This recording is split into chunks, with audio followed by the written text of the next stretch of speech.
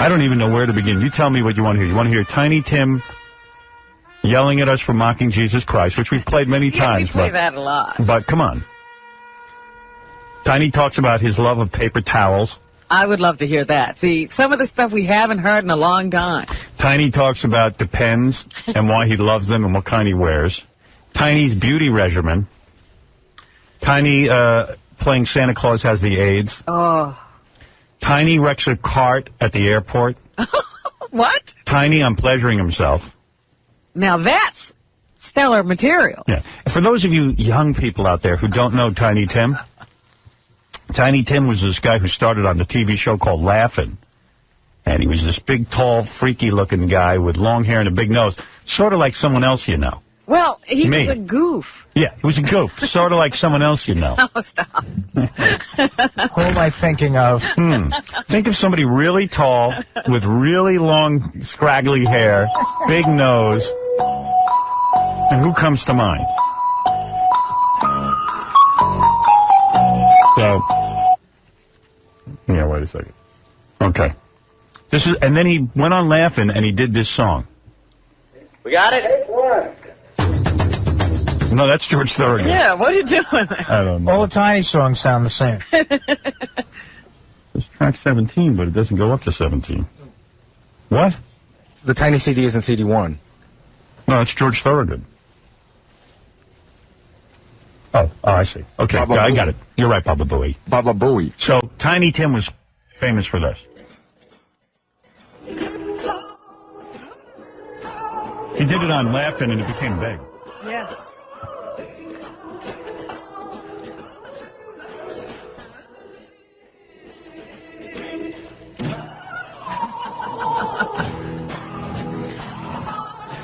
It was a big hit, and everyone was goofing on him. But Yeah, it was one of those things where it was a goof that turned into a hit. and he kept getting married and fatter and more sort of weird, and it got all sad. And Johnny Carson dumped him. Johnny Carson used to have him on all the time. They even had Tiny's wedding on Johnny Carson. And then it got sad, and Johnny, like he does with everyone, just dumped him. Well, yeah, Tiny wasn't hot anymore. Right. Threw him to the street like an ex-wife. So, Tiny just wasn't on any shows anymore except this one. I don't know why. He was the best. I love They it. forgot. They forgot how good he was. All right, here's Tiny talking about pleasuring himself. Start with that. You ever pleasure yourself to your princess when you're on the road and you have to take care of business? You know what I'm talking about. Oh, I never. You never do that? Sure, I've gone through that horrible sin. Right. But I try to avoid that, like... When was the last time? Yeah, when's the last time? Maybe a year and a half or 2 years. Really? Really? I can't. Who'd you think about, Miss Stephanie? Not necessarily. No, not then. No. Wonder who it was. Miss Jan? No. Mystery woman, Now, huh? do you believe in consummating your marriages? Yes. Of course. You consummated this marriage, right? No. Oh, you haven't? Like, it's hard. Impossible. It's right now. Really? I feel bad about that. Well, so do I. It's just... You tried, though, right? Yeah, but... what happens? You get on top of her? Nothing happens? No, I can't even do that. You can't even get on top of her? No. You're kidding me. There's no reason he should. Want me to do it for you? I would help you out there. Probably a beautiful woman. It's just, but, she's been understanding, and she's a fantastic wife. She's a sensible wife. Jeez, I can't believe you can't consummate. That would be so... Maybe that would revitalize the whole marriage. Well, I don't... She might have that problem. Right. She might have the problem of... She might be horny. She says she loves me, darling, this and that. Do you at least feel her up? Hardly. Really? Interesting. What do you do?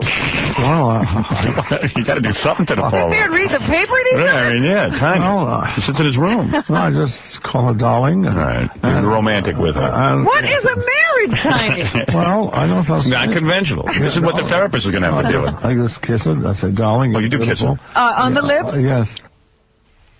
Yeah, he was a weird dude. See, I was reading this book about Tiny, and I found out what... Yeah, there's a new book on Tiny Tim written by one of his ex-managers. It's called Tiny Tim and Mr. Plim. But I found out what Tiny was ashamed to tell us back then was that Tiny would... the reason why his marriages didn't work is he would often finish with his clothes on, even before... He couldn't even get his clothes off. Right. That's how premature. Right. Yeah, he was so premature, it was like before he got in the room. And that wrecked a couple of his marriages. Yeah.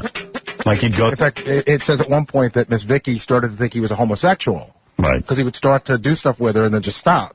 Yeah. Because he had finished. All right, here's Tiny on his beauty regimen. You want to hear that? Okay. Any of these are good. Would you describe your beauty regimen for the people at home? Because it really does work. Yeah. Well, I praise the good Lord. He shall renew thy youth like an eagle. I praise him first. I picture you praying at home like 20 times a day. I'm grateful for Estee Lauder's tender loving care, and also a wonderful makeup from Revlon called age-defying makeup. Is that right? Yeah, is there such a thing? I don't get nothing from these people. Huh? Right. Now, one of the things about Tiny, when he endorses a product, he doesn't get want anything. It free. He just wants to buy it. We have had people call into the show from various companies and say, hey, Tiny just endorses, we'd like to send them a free this and that. He won't take it. That's right. He won't take it. It's not fair to others, and I don't want to profit here. I'm just telling what I do. And you take Estee Lauder rejuvenating cream. No. No, I cleanse. Cleansing cream. It's called a tender loving cream. No soap?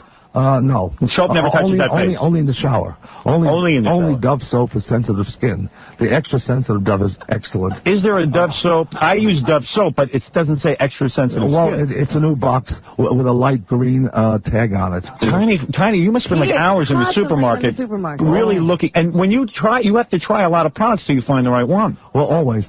This country's been blessed not only with wonderful things, but great supermarkets. Yes. I mean, great products. No matter what they say, we've been blessed with so much food. The average man can go into a supermarket, you're talking about any working class person, and pick up products that formerly only a king could buy. Is that true? And not only that, but we have great products like hefty bags with the two handles on it. I love them. Especially the steel sack. What are you doing with those, if I may ask, Daddy? He's getting... chopping up his ex-wives. He's closing his eyes when he talks. Right. you almost have ecstasy on your face when you talk about hefty bags.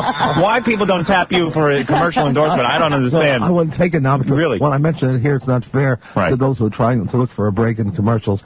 But the hefty steel sack, the black one, is really strong, and I use it for not only for garbage, but I also use it, when I go to hotels. Not all the time, but when I remember, I buy it so I can help the maids, put the garbage in without them going into the basket with those open paraphernalia in there. Well, so he used to clean the room for the maid. For the maid. He was wild. You love that guy or what? Oh, he was amazing. What else is in that book? Any other facts? Yeah, it was one of my favorite ones. During the Korean War, Tiny thought that he should enlist, so he went down to the Brooklyn recruiting office, and they called him a fag, so he left. Oh.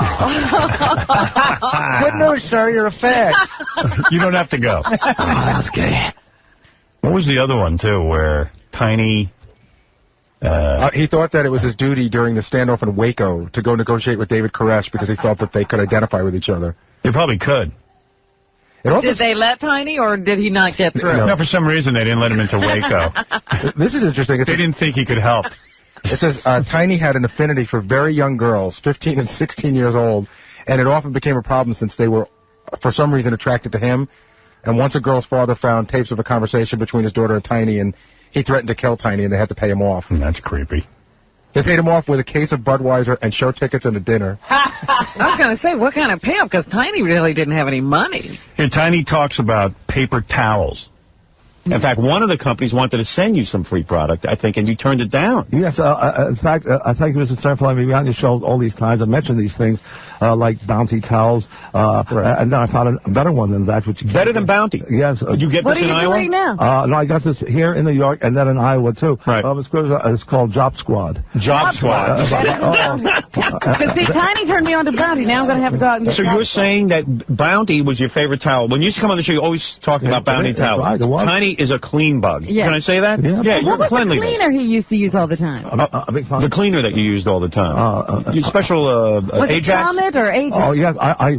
Right now I like Ajax better because Comet made a bad mistake in taking the grit out of their powder. Right. And Ajax still has a little grit in it. You know, Bonamie is great for polishing things. I use that. But every tub needs a scratch. Needs a grit. And sure, because otherwise you can't get, you know, the if I may say that word, the scum out. Right. Please, honey. From the bathtub. And so basically, but right now I like Zud. I like Zud. Zud is a product. And I've never heard of this product. It's great. I like that better than both of them. Wow. What a knowledge. Yes. Hey, can I just tell you one more that we didn't get to listen to during the break? Tiny was furious with Del Monte raisins. Oh, yeah, right. What track is track that? 6.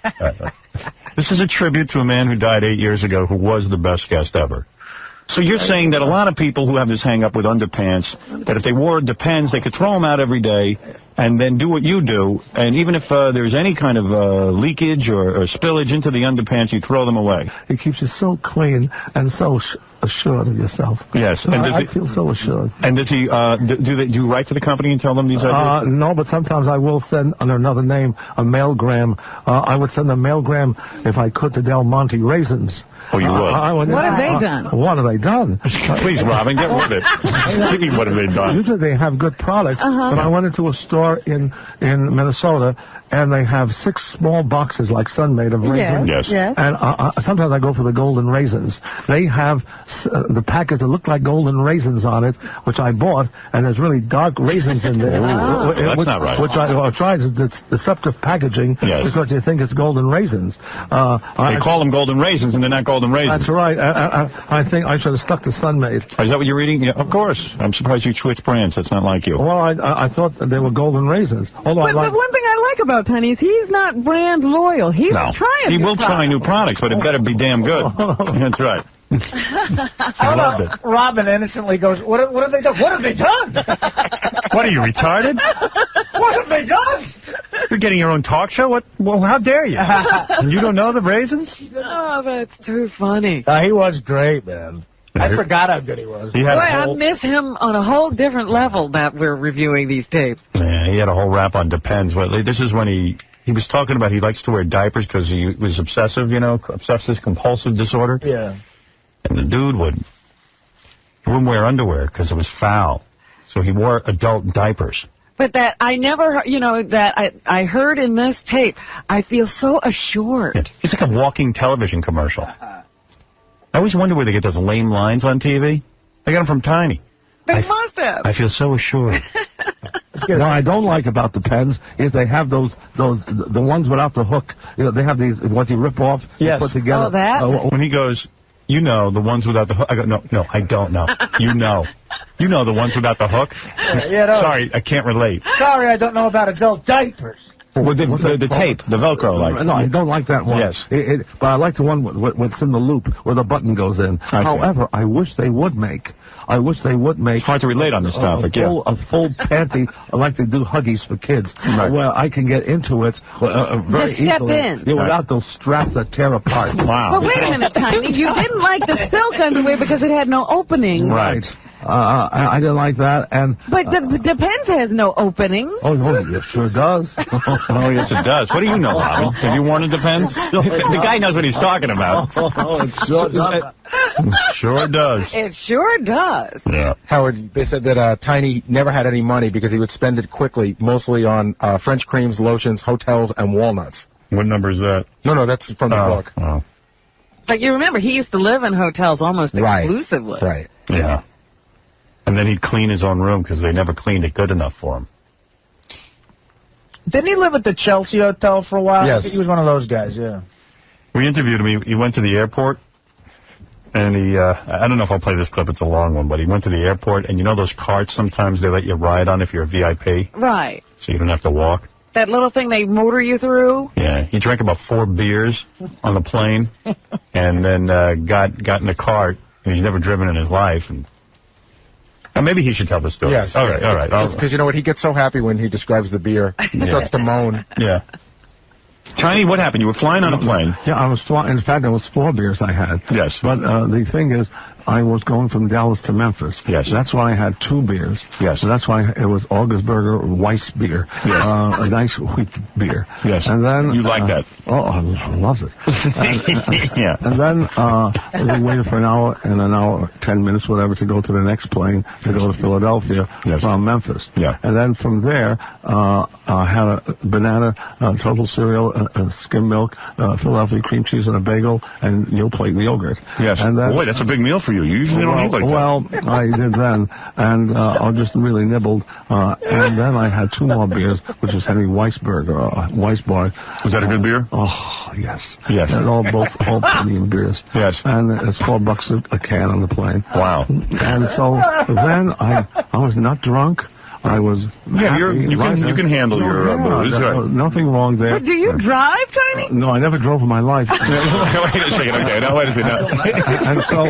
And that was the scary part because then when you get off the plane. When I got off, right near the hamper, not outside yet, right near the, I met Mr. Cirillo, Nick Cirillo, who was valet there, bell captain, and he was so nice. We talked about Dean Martin and all the rest. He remembered me from years ago, and he said, "Listen," he saw I was walking. These days it's not easy to walk. Right. So I said, "Why don't you take the cart?" Right. And there was a woman sitting there. I thought she was sitting behind the wheel. Yes. So I said hello, and I found out she was sitting behind in the back. See, he didn't even know which end you drive. Right. and she was a little hostile in her look, so I didn't say nothing. I sat. You get that a lot? Well, sometimes. Yeah. Some people are hostile to because you look different. Well, anyway, as I was sitting... See, I would have given him his own show on Sirius. Oh, he would have been great. Yeah. Oh, forget it. He died way too soon. Yeah. Well, he died before Satellite. He never knew Satellite. He didn't know I had like an hour a week for him. Like to me, like my generation, this show was the only way we knew him. Hey, let me tell you something. This dude... He was unbelievably nuts. I mean, but it was great. What made you have him on for the first time? I used to watch him on TV. I laughed. So you just dug him and you said, yeah, we could give him a shot? Yeah. Having no idea that he'd be this good. Yeah. No idea. You don't know. Yeah. It was amazing. I would have given the guy a show. You know what? The guy'd still be alive. He was so kooky that he had a heart problem. Right. And the doctor said, I'm going to operate on you. He was so afraid to go into the operation that he just said, I just want to die. I'd rather die than have them cut me. They could have saved him. How old was he when he died, Gary, 70-something. Oh, he was Yeah, he was older even when he became famous. He'd be 118 today. He'd have his own show. I actually saw the place where he died, Howard. It was sort of sad. It's like a bookstore in, I think, Greenfield, Massachusetts. It was like a small bookstore, and he was, at a ukulele convention there. Yeah. That's the place where he died.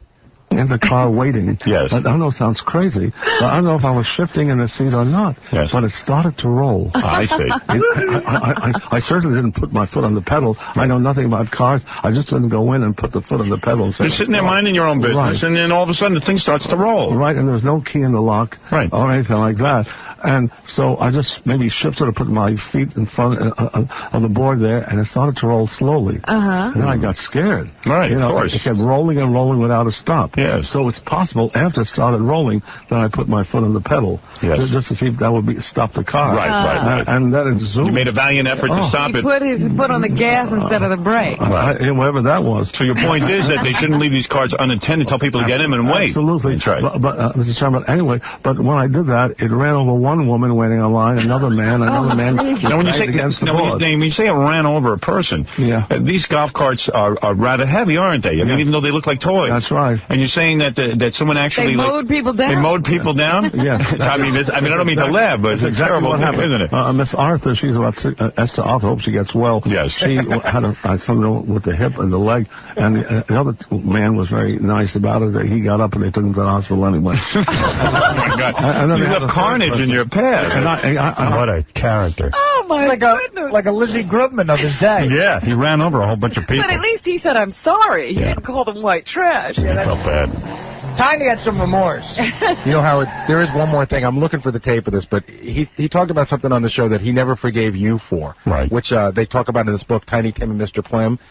And he mentioned in the book an incident in which you got a story out of him, a traumatic childhood story, on how him and his very good friend offered to give Tiny a back rub, and then Tiny returned the favor, and they both got aroused. Yeah, they were two boys. And then one thing led to another, and then before you know it, the guy was massaging Tiny's buttocks.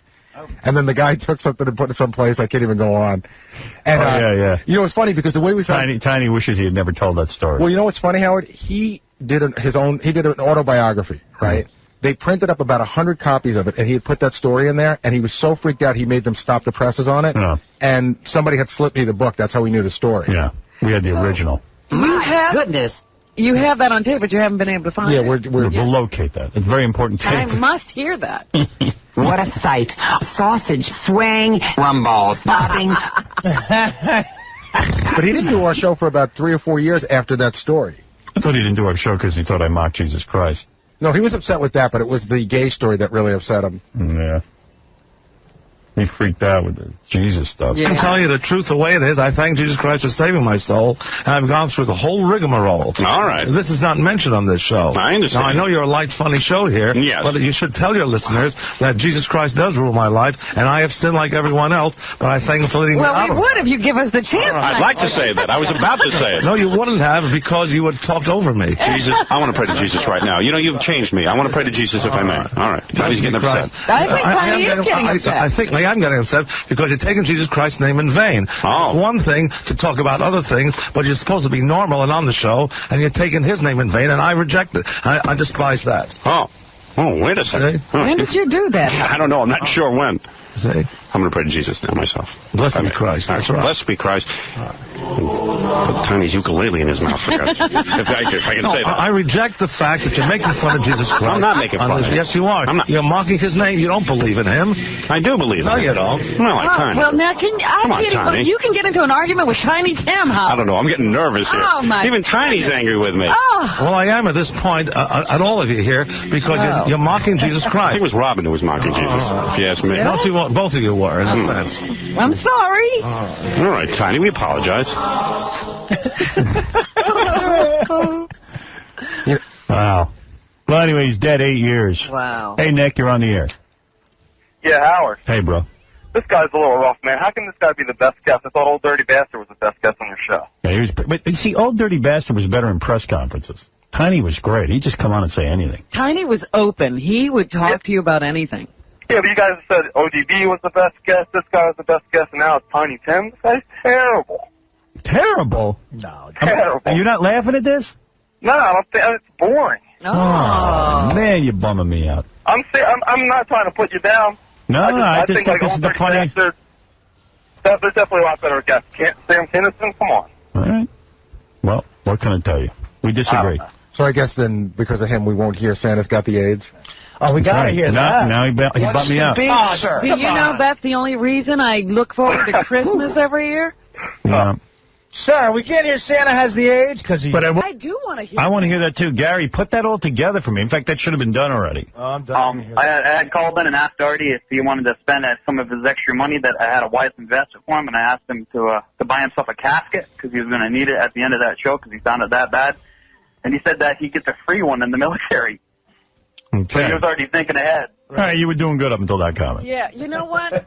It's funny because the funniest thing that I heard that Artie said was that when, his girlfriend was all, nervous and concerned about him, he started saying to her in his drunken stupor that he was a great actor and really nothing was wrong with him. Right.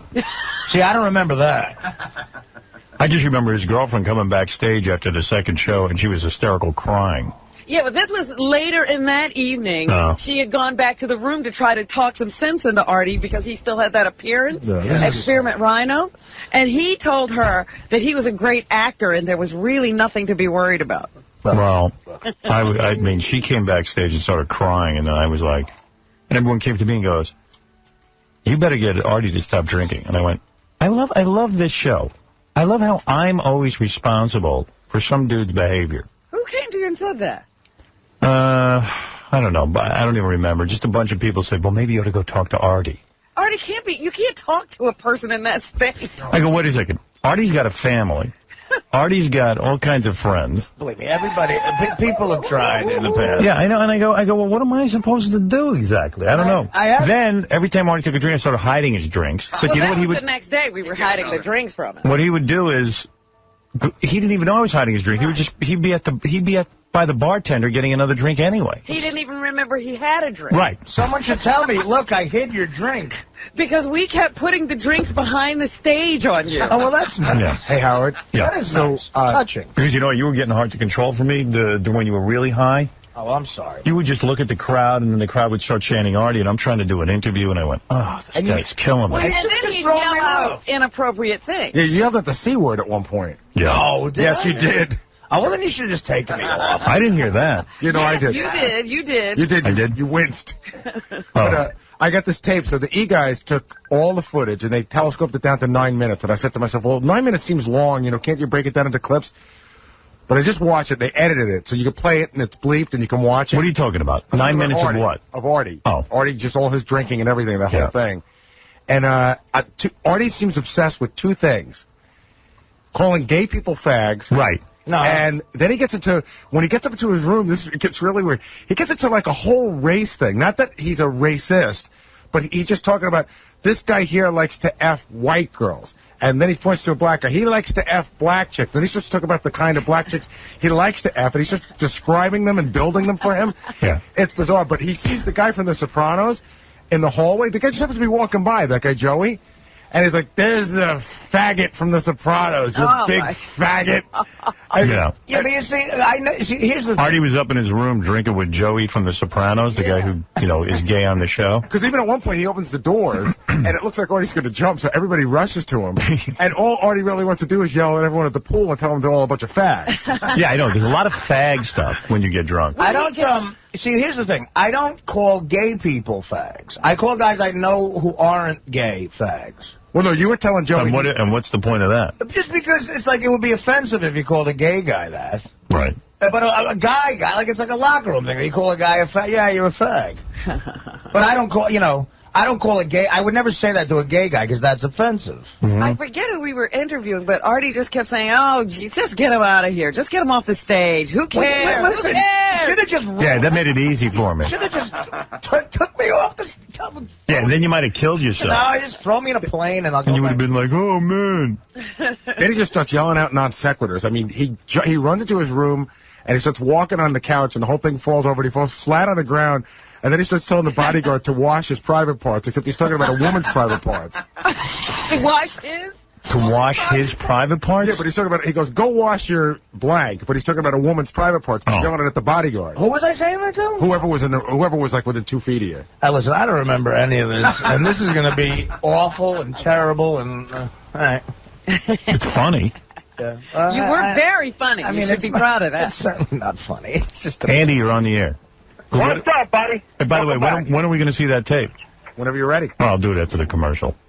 Yeah, I just wanted to, I hope Artie does something famous before he dies. I mean, I don't want to see him die, but... You hope Artie does something famous before he dies? Yeah, the guy from Tommy Boy. He made a bunch of funny movies, and he became famous, and he croaked. Okay. I'm going to be the direct opposite. I've made a bunch of bad movies, then I'm going to croak.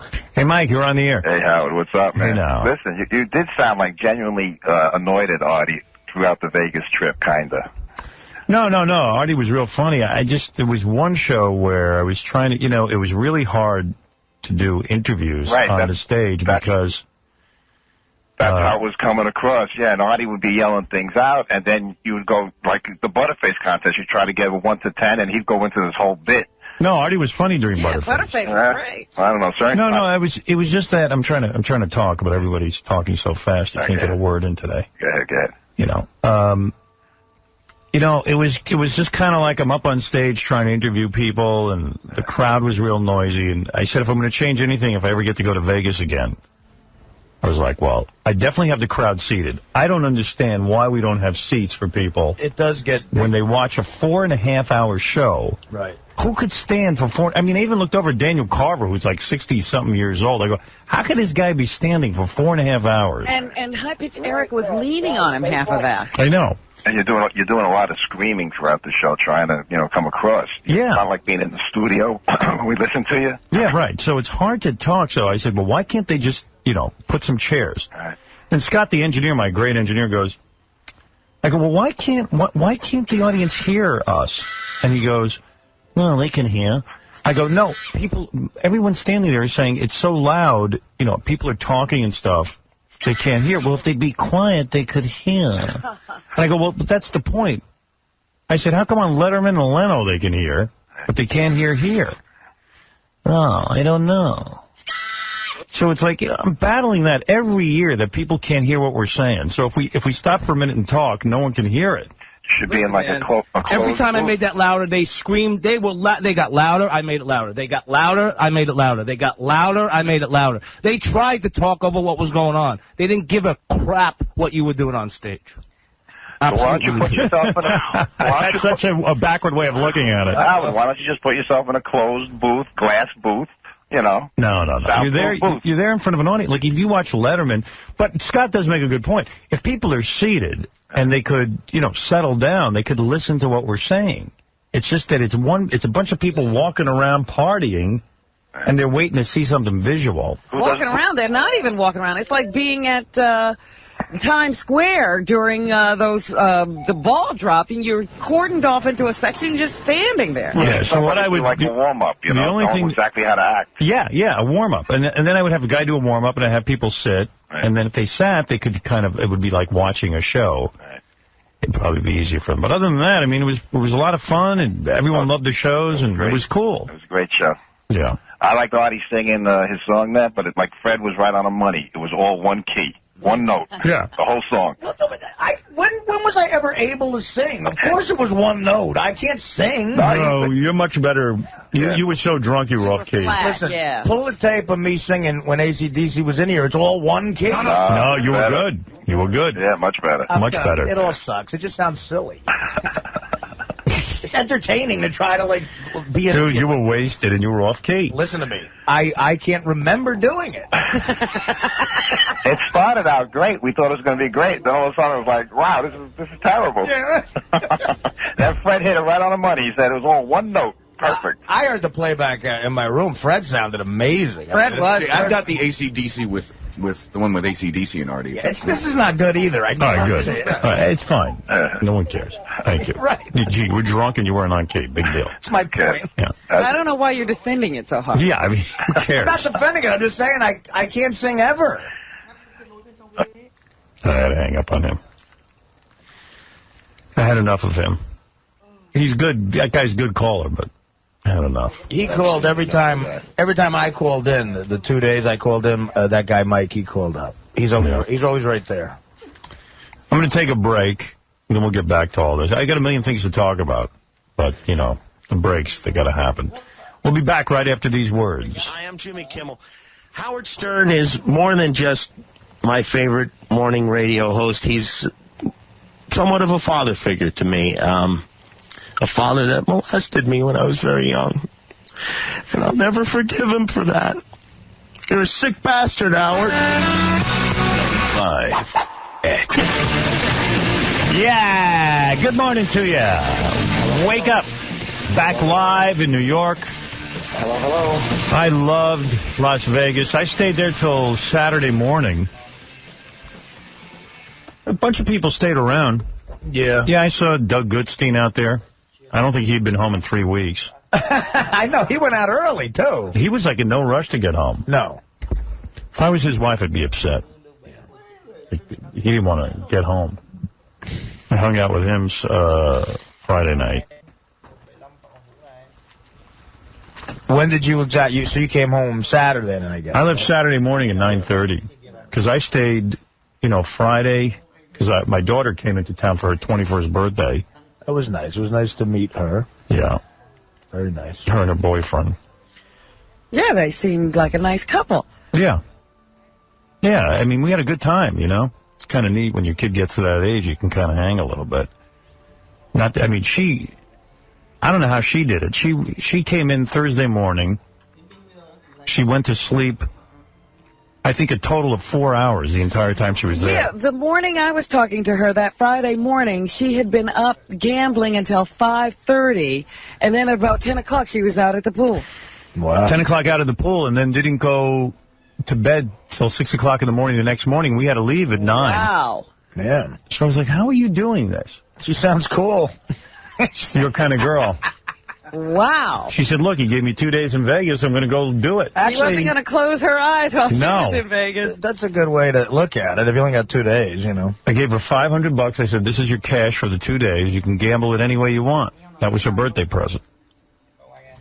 She did pretty good. She went to a Texas Hold'em game at some hotel and won a couple of big hands and won about $200-300 there. Yeah, she said the old guys at the table were really upset with her because she was doing things you weren't supposed to do. Right. And yet she was winning. It was working for her. My suggestion would be to go to roulette and put it on 00 green. Seems like a hot number there. Yeah, so I had a good time. My daughter was there, and that was fun for me. And I hung out. You know, I wasn't in any rush to go home because the weather was so nice, and I wanted some time to hang out when we weren't working. Yeah, but, you know, it was funny because you left early on Saturday. Right. And? I was just saying, why would you leave that early? You could have left later in the day. You could have done it any way you wanted. I wanted to get home and get organized for work, and I hadn't been home in a while. Then the next day I had to go out and, you know, I had my kids at home. So it was like I had a lot to do. I had to get back. The dinner Thursday night was very nice, man. I appreciate that. I'm glad you talked me into staying. It's really weird. Artie. That's another weird thing. It was like, nice. I'll tell you my weird thing, okay? So, you know, when I'm there, I don't really go out to dinner with a lot of people. And Thursday night, we wrapped up the shows. And like I had said to a couple of people, hey, you know, let's go out to dinner Thursday night. We'll all go out together. Well, as soon as I say that, it becomes Howard's taking everyone out to dinner. So I said to Beth, like, then it was up to, like, I was just saying, hey, I'm going out to dinner. I can never make the move. I don't know how to make this move. I thought you were asking everybody to come to dinner. No, I said, hey, you know what it was? Everyone thinks I'm a snob. Oh. You know what I mean? Like, people are like, hey, how come Howard never goes out and hangs out with anybody? How come he never goes to dinner? Because whenever I do that, it becomes a whole big thing. I become the host. Right. I thought you were hosting a final dinner. No, I was just like, hey, I'm going out to dinner. Does anybody want to go to dinner? But I'm not going to go. That's not how you said it. No, but I'm not going to go, hey, but I did say that. But everyone hears it that I'm going, hey, I'm going out to dinner. I want to take you to dinner. So no, what you said, because you said it to me, was I'm thinking of getting a few people together for dinner. Yeah, I mean, like, that hey. sounds like you're throwing a dinner. I know, and it's not. I'm just saying, hey, let's all go. Like, how come if Ralph says to you, hey, I'm thinking of getting a bunch of people together for dinner? I think he is, but he never pays. He doesn't pay. So that's like, Ralph's way of asking you to buy him dinner. I was just kind of like, you know, I don't know how I'm supposed to say, let's all go to dinner, but I don't want to pick up the whole check. Let's all chip in and all go have dinner together. That never happens for me ever in my life. Dude, I don't know. That was a table of about 40 people. Yeah. 40 people. So I said to everyone, you know, we'll all go. And then, you know, the big rich guy, Sam Simon, who created The Simpsons, who's Mr. I've got a black credit card. He shows up to the dinner, and he says to me, can I bring my girlfriend? I said, yeah, sure, bring your girlfriend. Shows up with some dude I don't even know. Yeah, another guy. A guy and a girlfriend, and I'm like... Oh, really? Well, I guess he's going to pay for him. You know what I mean? I mean, like, right. This is a private... I show up to who's the one guy sitting at the table? Sam Simon's friend. I didn't invite him. I mean, Sam's kind of a nervy guy. Well, Sam even said to me, I took the liberty. Yeah, well, who asked you to do that? I took the liberty. Like, well, dude, then take the liberty of taking out your credit card. Yeah, your black credit card. Black American Express. I couldn't believe it. I'm like, who's this guy sitting here? I didn't know who it was, and I thought, well, maybe it's... I don't know. I thought maybe it's someone I just don't recognize from me or something. No. Was that the guy who was there when we first walked in? Yeah. Yeah, okay. Sort of white-haired guy? Sat himself right in the middle of the table? I don't know who he was. Yeah. I thought he, like, would work for the restaurant or something. Oh, I was fuming. I was like, Sam Simon's a dickhead. Thanks, bro. Sam Simon's just like, I was like, you know, what's he doing? You know what I mean? I was just like, well, Willie, I say, hey, you know, I invite the guy to dinner, and then he brings a dude along? Like, who's this guy? And I'm like, you know, and then I invite, like, Dominic and Leslie, because they always pick up the tab. They didn't pick up either. No, I did. So then I'm thinking to myself, I invited Tom to come. I go, maybe he'll do it. It'd be really great if Tom saw that this was like a rap thing, and, like, maybe he treated everyone to dinner. Uh-huh. Didn't reach. I tell you what, Tom is the biggest nut job on the planet. Our general manager. So I'm leaving, And when I was in Vegas, there's this kid, Seth, who's our butler. Yes. You know, I don't even want... Actually, I was going to talk to you about this off the air. I don't want to make a bit out of it, but... So, you know, like Seth's the butler, and he doesn't just take care of me. Like, Robin wants tickets to O, he goes out and gets tickets to O. Artie needs someone to carry him without, you know, jumping out a window. He takes care of everything. Seth is the best. And there's about 6 people on that staff that take care of everyone's needs, including Tom's when he can't find his car. And I'm like, you know, when you called your own car and you couldn't get one, and then at the last minute they called you a car and got you one there? I had a car waiting downstairs for me. Yeah, but it never showed up, so they got you one. No, I never used it because I went down with a different group of people. I'm talking about when you were leaving Las Vegas. Your car wasn't there that you had set up for yourself. Yes, it was. No, it wasn't. It wasn't. The reason it was there was they called one quickly because they saw your car wasn't there. So these guys worked their asses off all week. So they took care of me personally. So I tip all of them before I leave. And when I talk about tipping them, I mean, I tip them. They took care of me all week. I find out no one offered to tip them. No one. Except for Artie. I did, yeah. Artie did. Yeah, you know, I'm guilty of that. Yeah. I just, you know, because I don't know who they are, where they are, because it's like magic things happen. So I take care of the tipping when I'm leaving. Because, like, everybody, like, Tom just hightails it out of town, and, like, you know, oh, what the hell, you know. It's like, I'm not even going to say how much money I went through. Well, I could imagine. Take a guess, and I'd double it. You're right. Wow. Yeah. I wouldn't even. But I'm saying, hey, Tom is the dude with the radio station, and I'm tipping these. Stations, we're working. I'm tipping everyone, not just for me personally. I hardly use the guy. I'm talking about I tip for the entire radio station. And you got to take care of that stuff, dude. You just can't have all these hotel employees working for you and then not tip them. Oh, wait a minute. But you got to see what's going on. These guys are working. Some of them logged up to 70 hours or 100 extra overtime hours, just walking Artie around the hotel in a wheelchair. I mean, what I'm saying is that they're working. Listen, you don't have to tip them. No one has to tip anybody. You don't have to tip the chambermaid. You don't have to tip these guys. But they're salary guys, and they're sitting there doing everything for the radio station. And for E also. When you run out of town like this... Wait a minute, I did not run out of town. I took care of my chambermaid. No, I don't mean that. I'm talking about these guys who work the whole time. I had next to no contact with Seth. I saw Seth that night. No, not you don't. About you. Not you. You put a radio show Personally, I didn't have that much contact with most of these guys, but they were busy assigned to our entire staff working their ass off. So you can't hide your head in the sand. You got to... These guys look at us like we're these guys are used to getting tips from high rollers.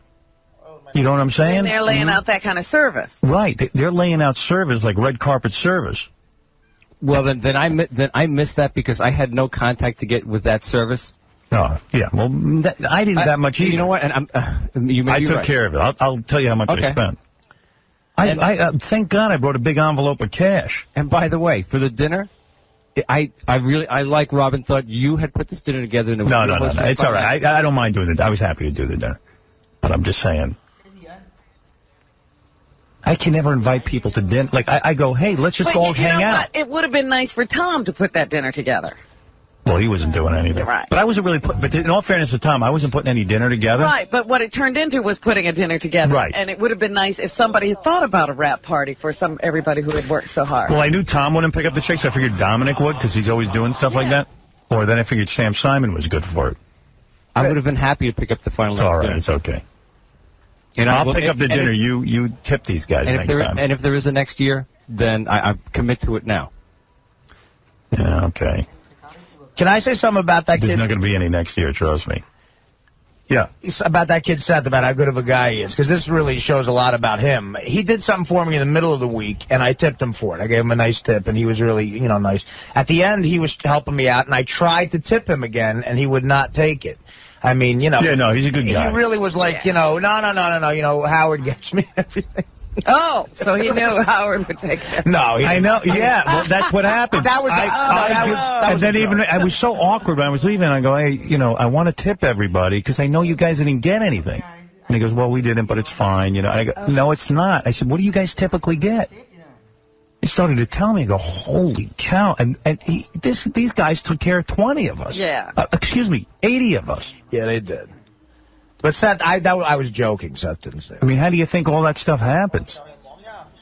Well, I thought since it was arranged that Tom was going to take care of people. No. He doesn't take. He ran right out of town without taking care of anyone. So I'm leaving. I went, I better take care of this.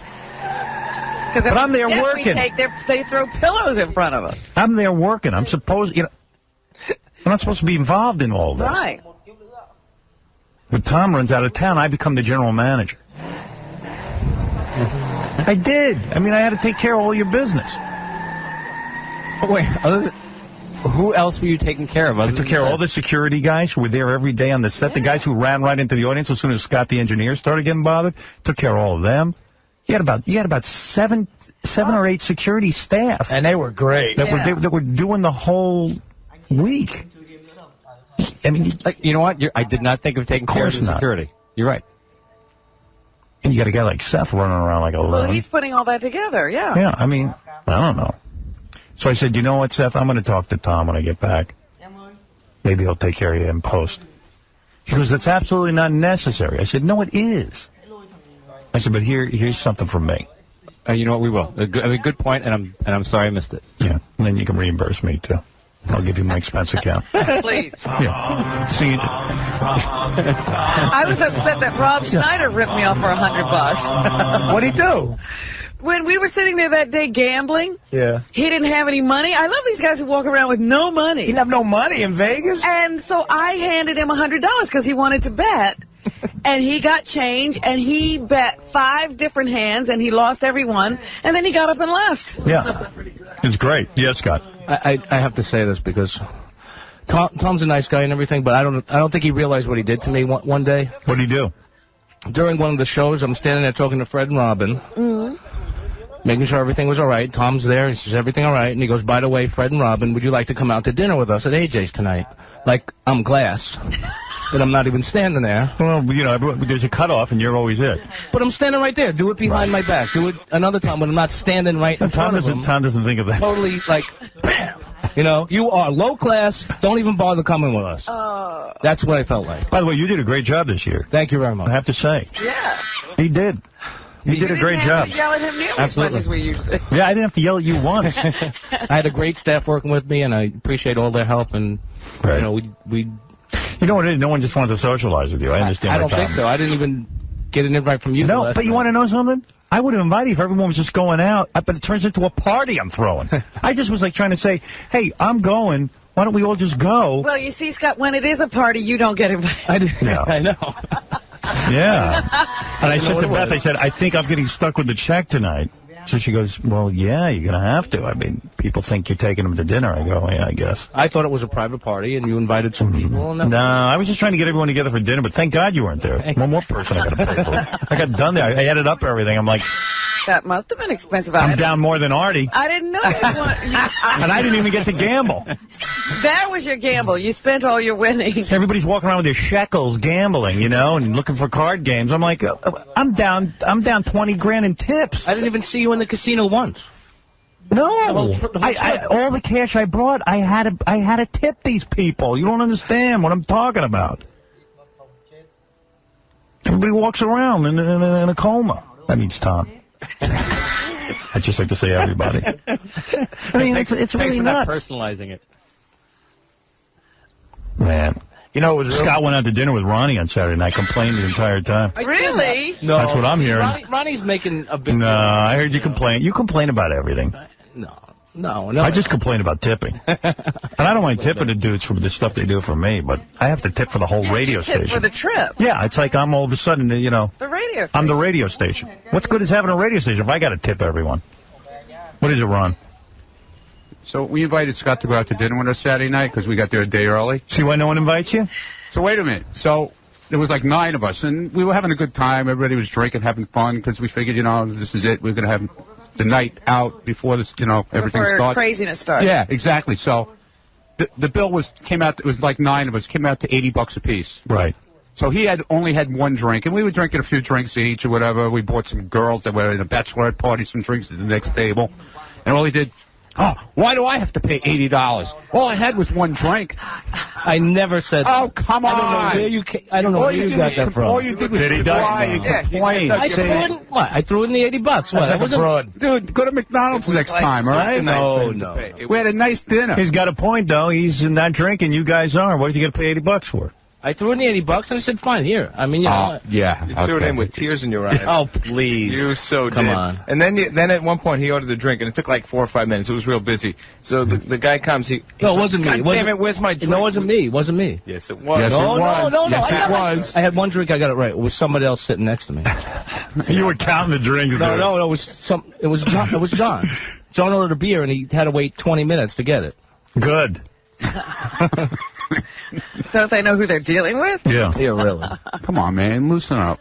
I'm fine. Well, you don't know how to have a good time. I got to tell you that, man. Yeah, you got to loosen up. You're in Vegas. You got to loosen up. I was in Vegas, but you know what? The work comes first, and that's why it was a good show, because I was serious. Meanwhile, we go to dinner that night, the one that I paid for.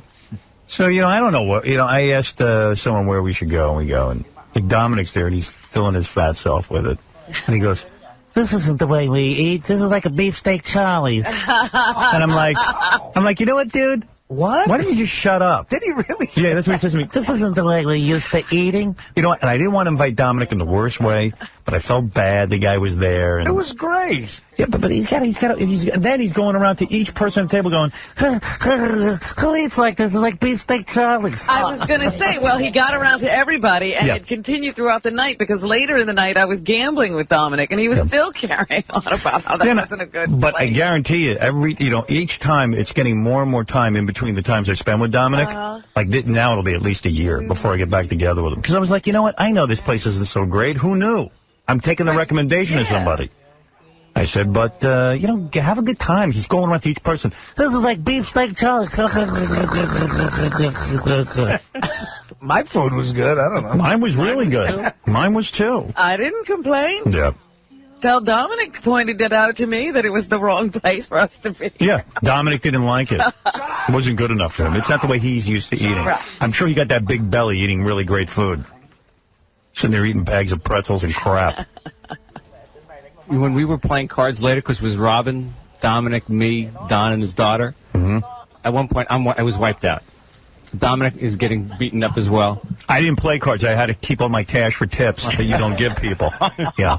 Well, you got to understand, he was wiped out at the table. I was. Oh, I'm sorry. Yeah. Glad you had a good time. Right. Yeah. Sorry, you were wiped out. Yeah. Dominic said at one point, you start playing for me, because we're all doing really poorly. At one point, I think I won Dominic, how much, 15 grand? I think, yes, it was a $15,000 to $20,000. You won Dominic 15 grand? How did you win Dominic? Because the cards were being dealt to me. Yeah, he pushed the money in front of Tom. He said, I'm tired of playing. Let's try and change something around, but you play my money. You know what, Tom? No offense. You didn't win it for Dominic. Yes, he did. Dominic took the money. Right. No, but I mean, Dominic put up the money. But I'm just you think saying, because they were cards? He was making the decisions. Dominic just sat there. Oh, okay. So in other words, you knew when to hit and when to stay. Yeah. Right. Well, who doesn't? You didn't make anybody any money. Yeah, but go ahead. Yeah, let's hear the end of this story. Well, that's the end of the story. And what are you looking for? Nothing.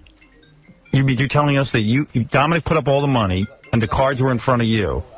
Yeah. And you made him a bunch of money. Right. You must be on acid. You really must be high. Because you're high. You didn't make the money. The guy with the balls and putting up the money is the guy who's making the money. 19, I'll stick. Yeah, I'll stick on 19. The dealer shows a 10. I mean, what are you, nuts? Well, you were looking for something from Dominic. God. No. Get out of here. Something wrong with you. Learn to tip people and take care of business. You embarrass me. He's in Vegas. The guy runs out of there like, I didn't use these people. Your radio station did. You got to look into who's using what and how do you think this whole thing operates. Go tip someone. I will. I mean, really, just go tip someone. I'm sitting there with an envelope. I'm laying out envelopes for money for people, and I'm going, why is this my obligation? I should walk out of here like a princess. But you know what it'll be? Everyone will, the Howard Stern show came to town and nobody tipped us. It'll be you. Yeah, Howard Stern didn't tip us. But there should be somebody who's in charge of that function even. Yeah, the general manager. Yeah. I mean, somebody should take on the responsibility of saying what the hotel did, because while the hotel may be doing something for us, I don't know what your deal is with the Hard Rock Cafe and how it works out, but those people are working for... Hotel and casino. Oh, Hard Rock Hotel and Casino. But those people are just working for a living. Yeah. All right, I already lectured him. You don't have to pile on. I'm just reminding him. He didn't get it. He probably didn't understand. Fred, do you want to remind me? Yes, Dominic, you're on the air. Dominic, go ahead. Hello? Did he go away? Oh, he's so annoying even on the phone. He probably heard you say you're not going to see him for a year anymore. Hello? Oh, this is what he does. He calls in on his cell phone, and then you lose him. And then he'll call in when I'm not talking about this. Oh. What's that? Who cares? So you guys went to a concert even? Yeah, I have a whole bunch of stories. Jimmy Kimmel's here, too. He wants to come in and say hi. Oh. He had a weird thing happen to him. I'll tell you about that. I have a voice. There was a weird thing. Yeah, very strange thing happened to Jimmy. He did a lot of stuff for Tom, and he didn't get tipped. No. Tom just doesn't take care of business. He doesn't look at that whole thing like that. No. And then it wouldn't occur to him to throw a dinner for people after they put together this whole thing. That's Mr. Morale. That's what we call him. He's he's so lame.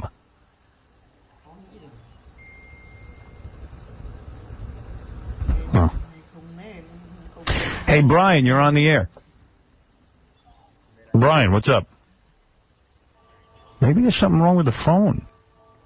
I'm not hearing anybody. Oh, maybe there's a button that's not pushed. Oh, here we go. That's what I get for complimenting Scott. Hello? Hello? Hello? Heard somebody for a second. Hello? What new thing is this? Hello? Scott's on his way in, Howard. Well, so great. I can amble back down here. Hello? Hello? Yeah, there's something wrong here. Dude, what's going on with the phone? Turns out Dominic probably is there. What's going on here? Not that I can see the phone. It was working before when you took hold. Yeah. It's all out now. It looks good from my standpoint. Did you want to try this other line? All right. That's a good idea. Hello? He doesn't look at that whole thing like that. Hello? Hello, Dominic. Yeah, all the phones went out. Now they're okay. Yeah, I'm on a different line. Hey, what's up? Now, what do you mean beefsteak Charlie's? No, that's when I started yelling at you. I said, dude, you have to go around to each person. That was not what I was saying to people. I was making a joke. You were like, you were making a joke. That's what you were saying to people. No, but not about the restaurant. That wasn't the joke. You're like, we don't eat like this. We're not used to. You came up to me and said it. What do you mean? What am I hallucinating? Hey, we don't eat like this. This is like a beefsteak Charlie's. And then I'm like, well, dude, you know what? I thought I'd leave. Absolutely perfect on this trip. No. I still do. I'm really so done with you. I mean, really, I keep giving you a chance, but it's just annoying. Well, I'll tell you, the party we went to the next night was unreal what you took me to. And then I took him to this party. Wow. It was unreal. It was surreal. It was unbelievable.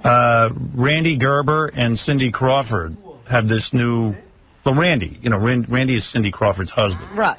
And I know him. And he had a... I don't know what hotel it was, but it was... Green Valley Casino. Yeah.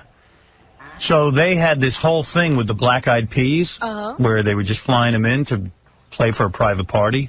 So I took Dominic and a couple of people, whoever was there Saturday night. It was outrageous. Yeah. And then we... Friday night, rather. And then... You know, I went, but it was supposed to start at 10:30. It didn't start till 11:30, but it was really great. It was outrageously good. Yeah, I thank you so much. It was really a lot of fun. All right. I appreciate it. Was it like a beefsteak Charlie's? No, the trip was great, and everyone had a good time. Well, once again, Dominic acted as if that was something he was doing, because he invited me. No. He was supposed to go see the Black Eyed Peas in concert, and they canceled. Oh. Come in. No, actually, I had bought tickets earlier to bring... I got to go. Who cares? Goodbye. Oh. Trust me.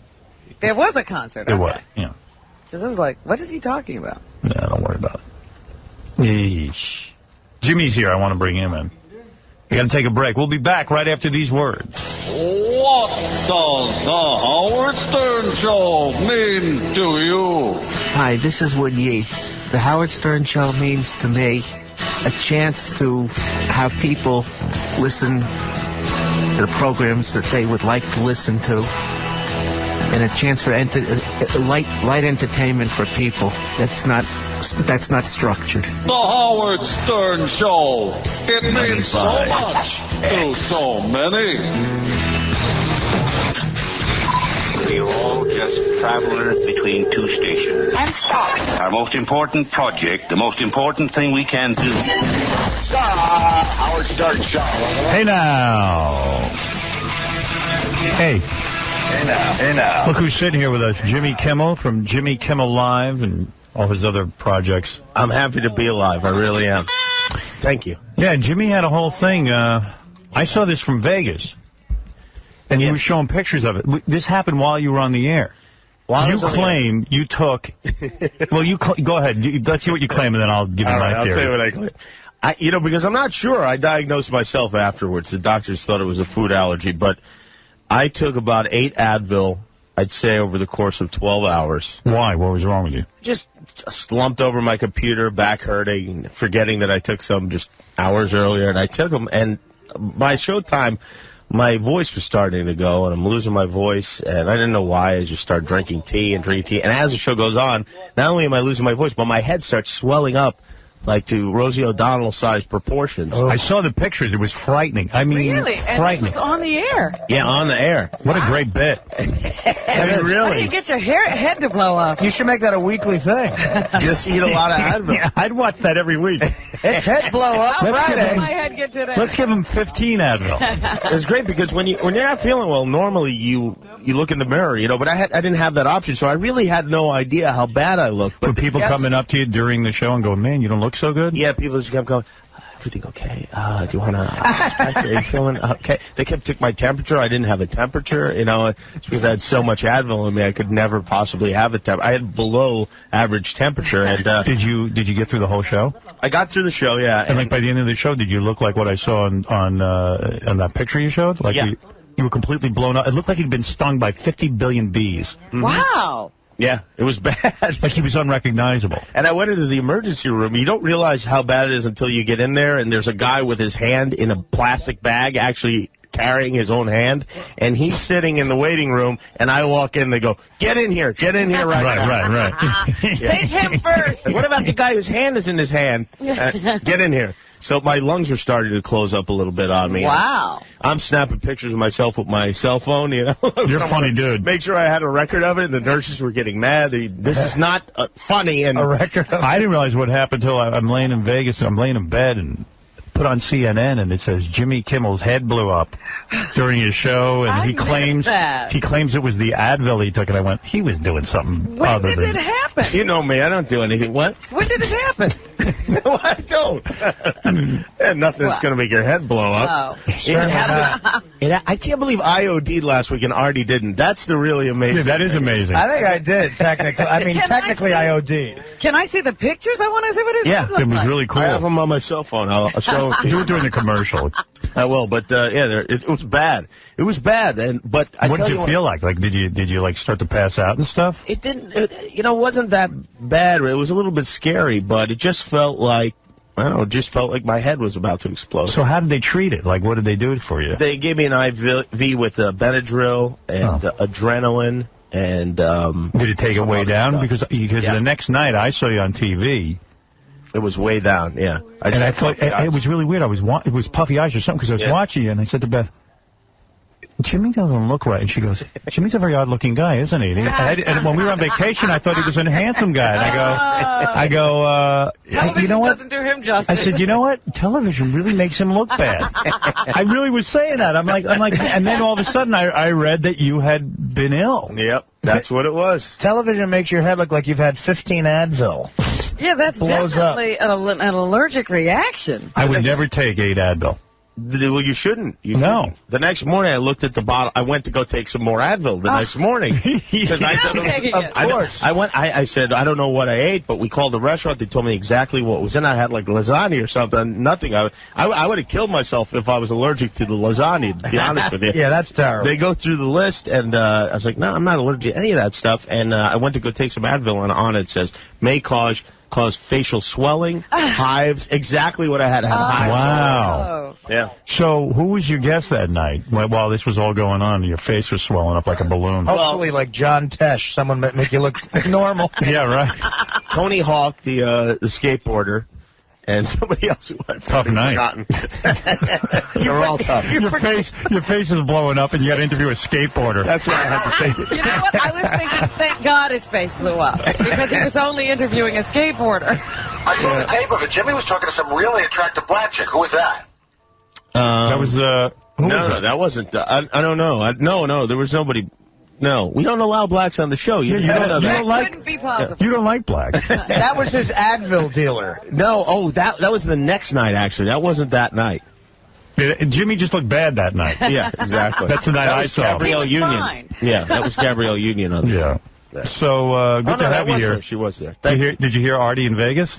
You know what, Artie? I cleared out the minibar a little bit for you.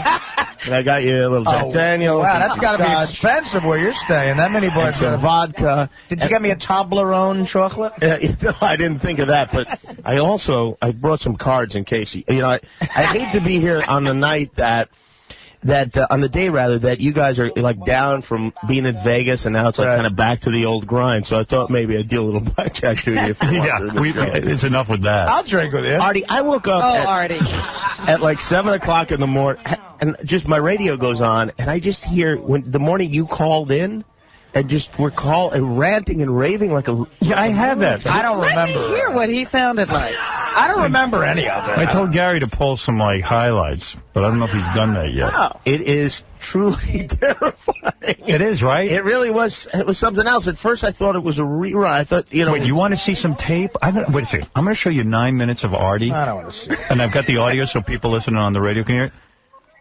Artie makes Jeff the drunk look normal. I don't know why Artie gets upset about this.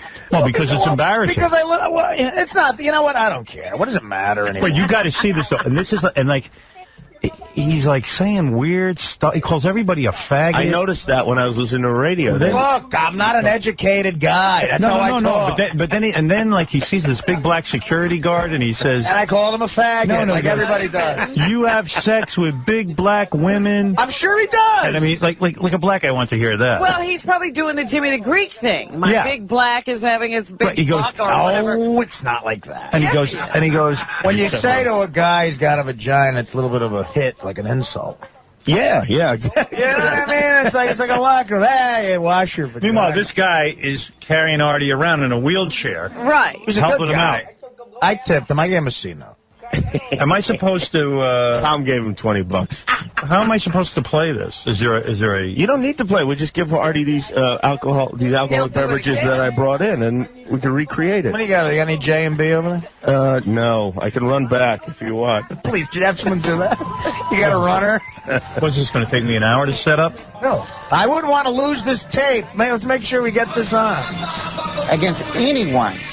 Right, here we go. Knew she had counsel. Well, I sound good there. All right, you ready? Go ahead. I'm not ready. Here's Artie in Vegas. 9-minute recap. Can you see it? Can everyone see this or just me? Perfect. God. Well, they took all the monitors for the trip. How about it? Oh, here, you got... Let me get a fat, non-alcoholic. Chicken finger. Let me see that. Oh, that's good. Let me see that. Oh, jeez. Wait, what? No, stop. Thank God there was a camera there. You see how he's flailing around? It looks like underwater footage. It looks like you're swimming, except you're not in water. He's flailing. His arms are flailing. I'll show this on E, but his arms are flailing around. Actually, that's me auditioning for the show O. Go ahead. Underwater stuff. The Who? You want me to be the Who? You want me to be the Who? You want me to be the Who? No. Howard has made more money for this hotel than the Who ever did. I'm going to destroy everything.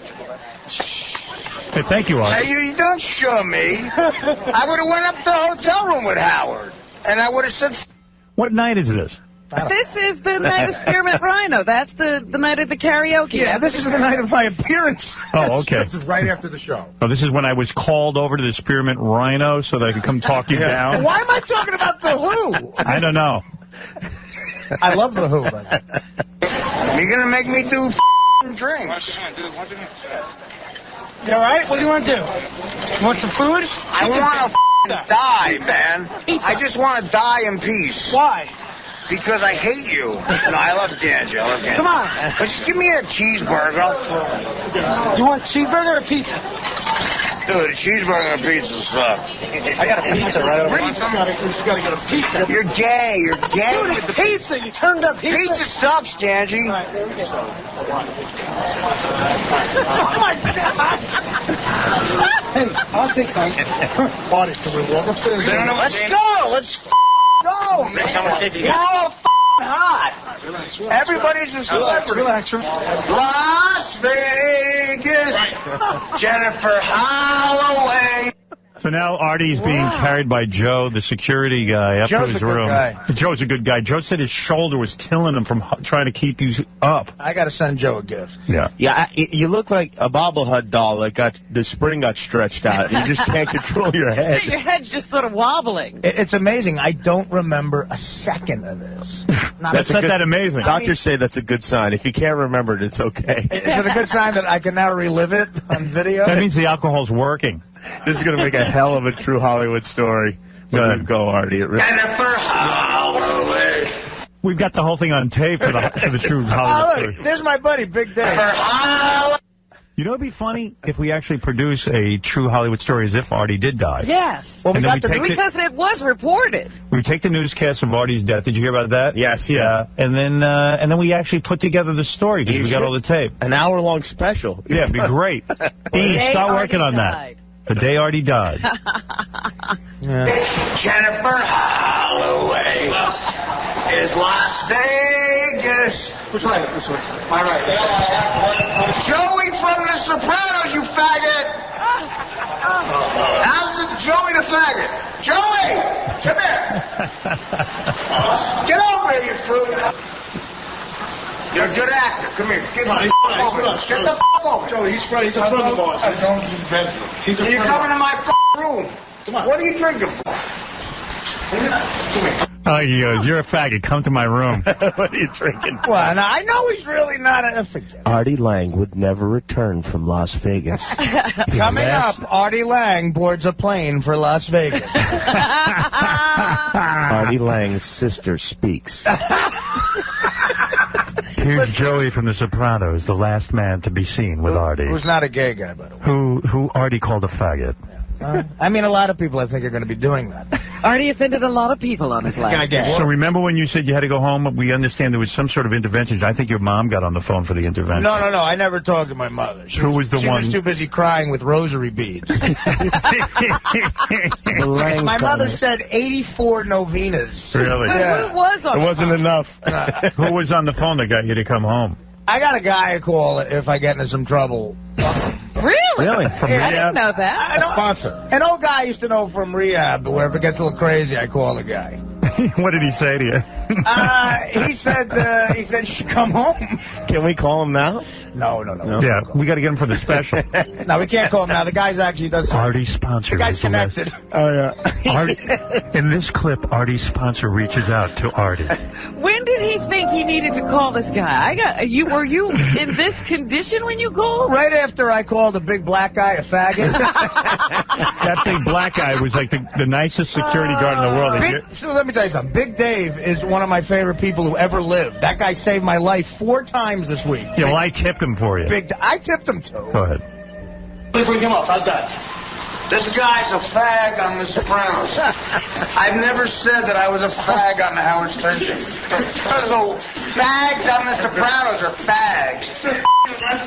Get over here. I'm not going over that show. Let's go to the I'll go to your room. No, let's go. Let's go. What am I, an ass? I overlooked your perfect tan. All right, Artie, we gotta go, man. Let's go. Come here, Joey. Come on, Artie. Let's go. I like Joey. Come on, Artie. Best guy ever. Come on. Let's go, Artie. Let's go. Joey, we'll get it. We'll get Joey. Joey. Come on, you're killing me, man. I love Joey. Come on, man. Joey, where the f*** you going, man? Where are you going, a faggot? You faggot? You want Joey in your room and then you call him a faggot. He's a fag because he won't come to your room? Yeah. Come on, you fag. Let's go to my room. This is so... I'm just going to leave and open up a deli or something. You are. You know what I mean? Like, what am I doing? I'm just going to leave. It is funny, though. Wait till you see the video on TV. You know how many powerful people in show business I'm offending right now? This is just... Oh, they all do it, too. It's done. I can see you running a deli, by the way. Oh, I know. You know, into the ground. You want to see me running a deli? A big drunk. Sub, you faggot. Big drunk running a Subway shop. But I'm going to run it where this behavior is acceptable. All right, go ahead. I'm back here. Prove you don't want You want to fight? Wait a second. The visual is Artie is being carried backwards. Look at my love handles. In a way, it's kind of like Artie gets a lot of attention if he gets drunk. Like, everyone treats him like a little baby. Look at he's being carried. Carried. Yeah. That's Cornell. That's Cornell there. It's Cornell and Big Dave. What's funny is, though, these two guys hold up, and Artie is moonwalking. His feet are barely touching the ground. He's floating backwards. I'm floating on air. You're like a baby in one of those Johnny... We'll walk. We're fine. We'll walk. Now they're putting Artie in a wheelchair. We're going straight. You want to ride or you want to walk? Straight on. How the hell Joey is a fag? Okay, let's go, bro. Big day. I've made a lot of trouble. This is all right, Artie. Tell you what, guys, listen, it's not a racial. It's not a racial thing. I hate Italians as much as I hate the blacks. You know, Italians and blacks are all just. Just want to close the elevator with the size of these two. Shut up, killing the soul. Hey, John, man, hey, John. The Jews are the motherfuckers. You guys are counter-Jews. Just walk back. I love Jews, though, because they're the greatest people ever. You're like Don Rickles. You insult the Jews, and then you say something nice. Yeah. Seriously, can I just leave now? Because I'm out of show business. I got to say this. Now he looks like, one of Jerry's kids. One of Jerry's drunken kids. I think he has no coordination. He's just a mess. I look like I have MS. Yeah. This is astonishing. I've never seen anything like this. You've never seen I wasn't there, because I would have got you naked. We would have been Jimmy, that's the move. Put his hand in warm water, watch him pee his pants. Remind me never to drink 80 drinks around Jimmy. You would have some real fun. So let's count this. So far I've been anti-Semitic, homophobic, and anti-black, right? Yeah. So let's see what else happens. Good. Nice recap. He's in a wheelchair right now, by the way. Yeah, being wheeled. You guys don't roll, man. All right. No, you roll. You're rolling, Artie. Jennifer Holloway. So Artie just is in the wheelchair. Get up, 110, you faggot. He goes in front of a room, picks up a pizza box, and throws it all over the hall. Then yells at the room number. He called the room number a faggot. Just go. Yeah, go. 110. You guys know what room he's in? Get up, 108, you fag. Hey, 104. That's me. All come in. We're going to drink. Just put the camera down. We drink. So then Artie gets out of his wheelchair and walks into a wall. Was he trying to escape? What was that? He left. It looked like a ghost shoved him into a wall. I tried to escape, but I ran into a wall. He was like trying to get away from the security people and ran into a wall.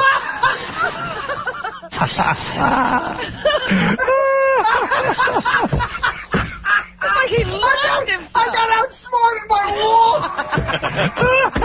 We got to look at that again. Yeah. That deserves an instant replay. We'll do that on the E! Show. But go ahead. I got outsmarted by sheep. This is my room. Get in here. It's a party. It's a fucking party.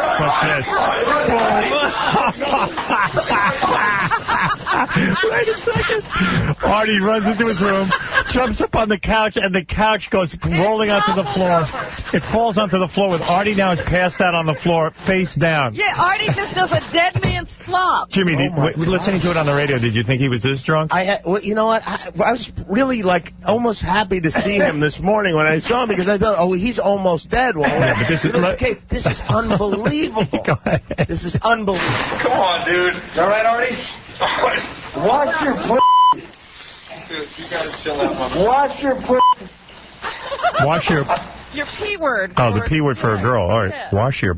Guys, I wouldn't want to get you in the way of putting the couch back together. Still the funny man. Oh, no. Oh, now he's opening up the balcony. He's going to jump out. Hey, faggot! No. Hey, faggot! I'm trying to save him now. Artie, come on, man.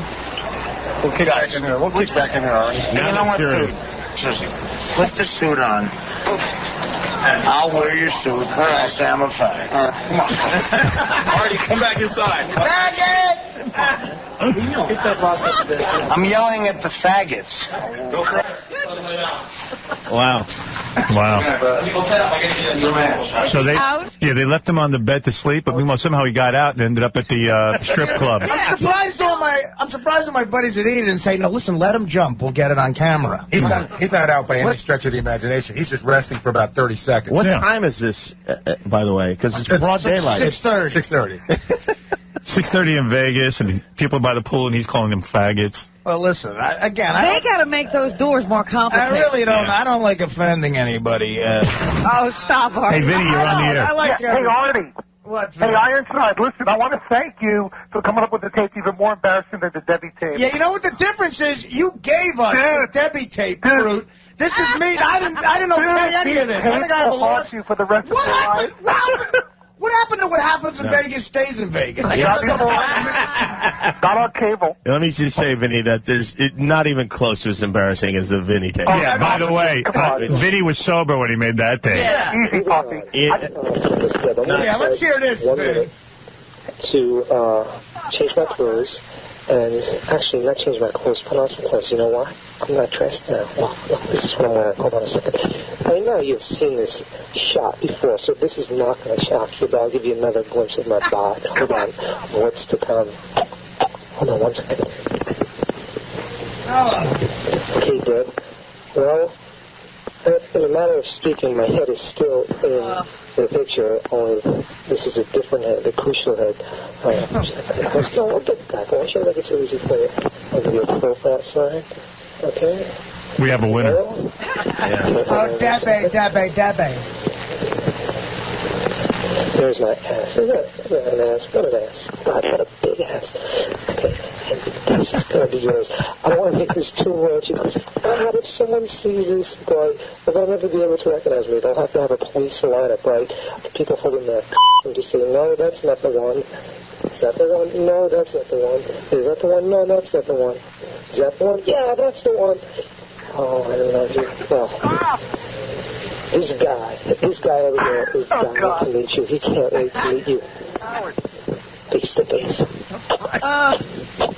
I think about this constantly, this Debbie stuff. I think about it constantly because... I know. Howard, I got to catch my bus. Go back to Artie.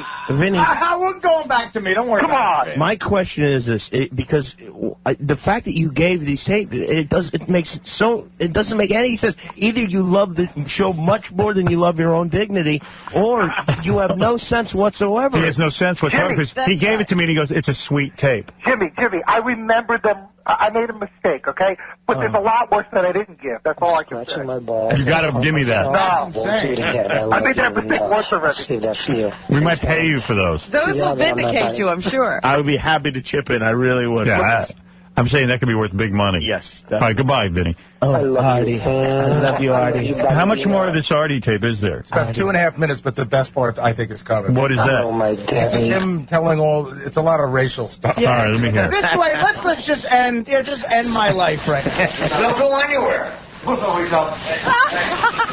Artie just fell off the bed. I hurt my back. Ready, Artie? He should go somewhere. He hurt his back.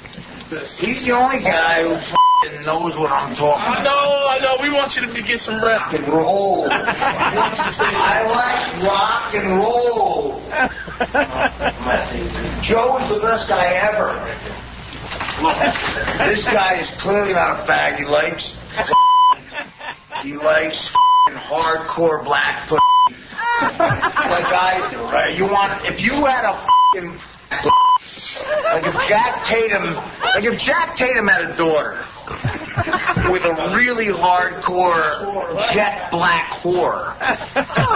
And he had a kid that'd be like an enormous black This guy would that This guy likes white chicks. This guy, Dave. Wow. Wow. Listen,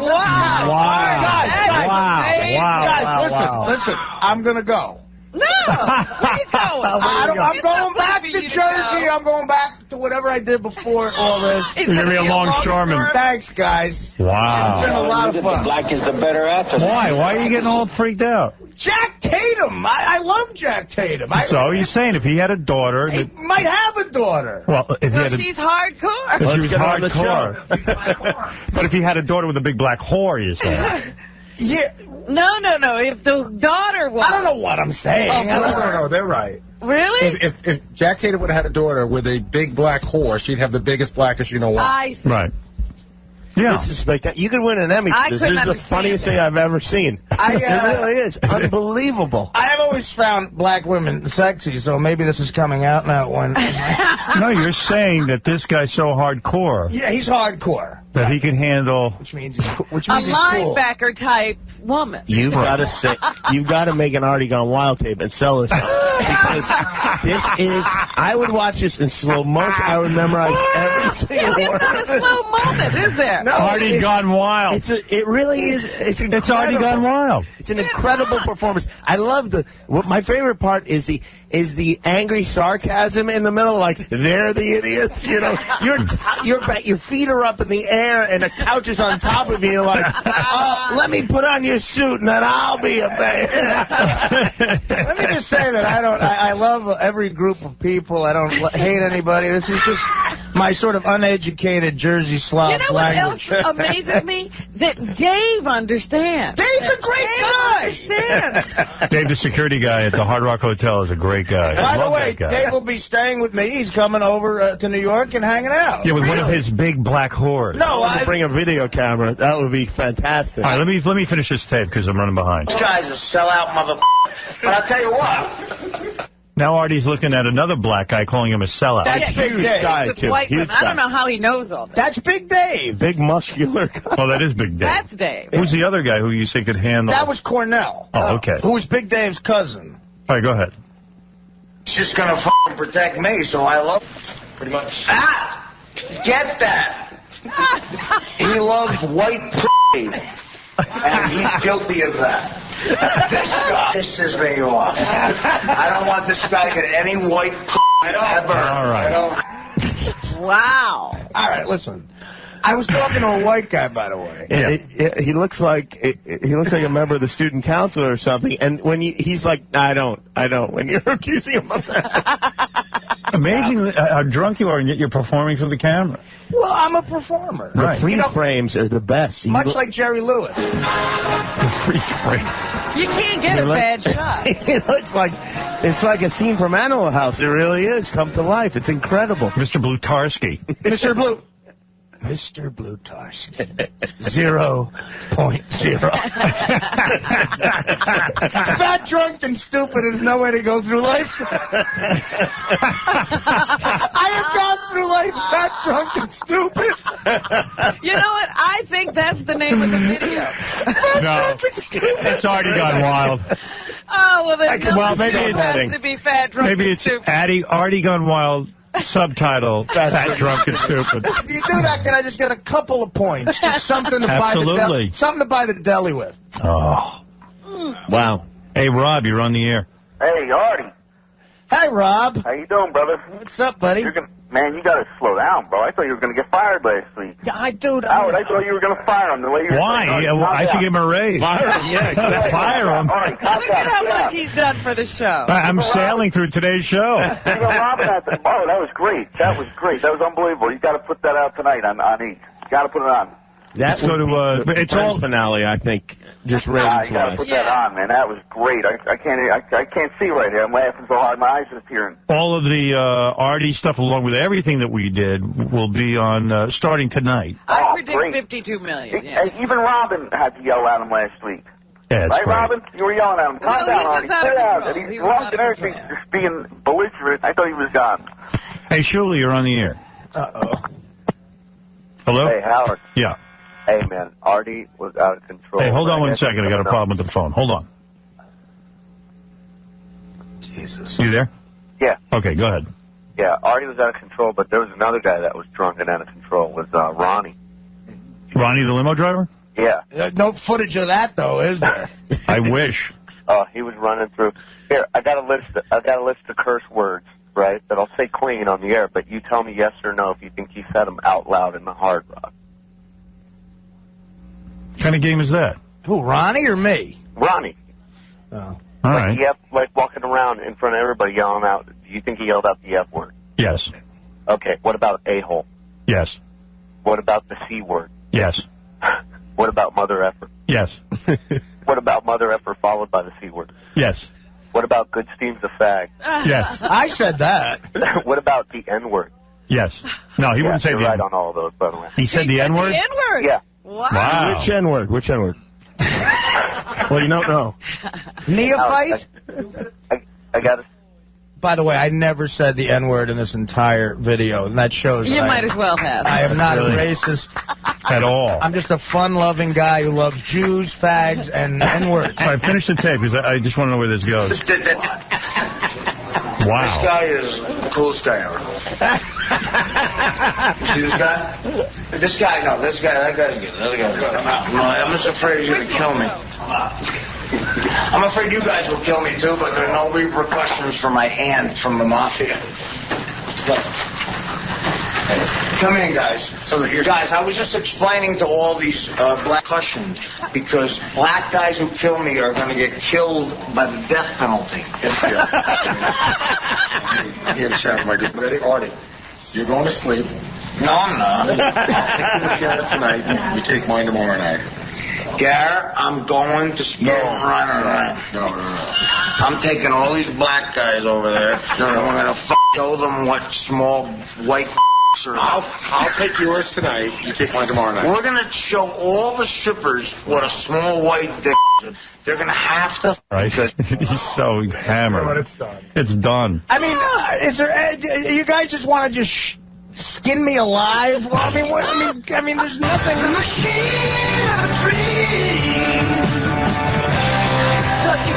What's this? TV commercial. I was like, say, where'd that come from? isn't it weird how every rock song is now, like every rock song we grew up with is now a commercial? Yeah. Like all those guys who said they'd never sell out, sold out. I blame Artie. By the way, this is going to affect my ad campaign that I had all wrapped up. Is your endorsement. Yeah. Anyway, Jimmy Kimmel Live is weeknights at 12:05 on ABC. Jimmy joins us this morning. Yeah. And we got to take a break. And I mean, I got so much tape, including... Artie, that is stellar tape, though. Yeah. Stellar. Congratulations. Not really. Yeah. You know what? That's one of the funniest things I've ever seen. Yeah. Thanks, guys. I appreciate it. Artie gone wild. You are one hell of an actor. No, yeah, that was all acting, by the way.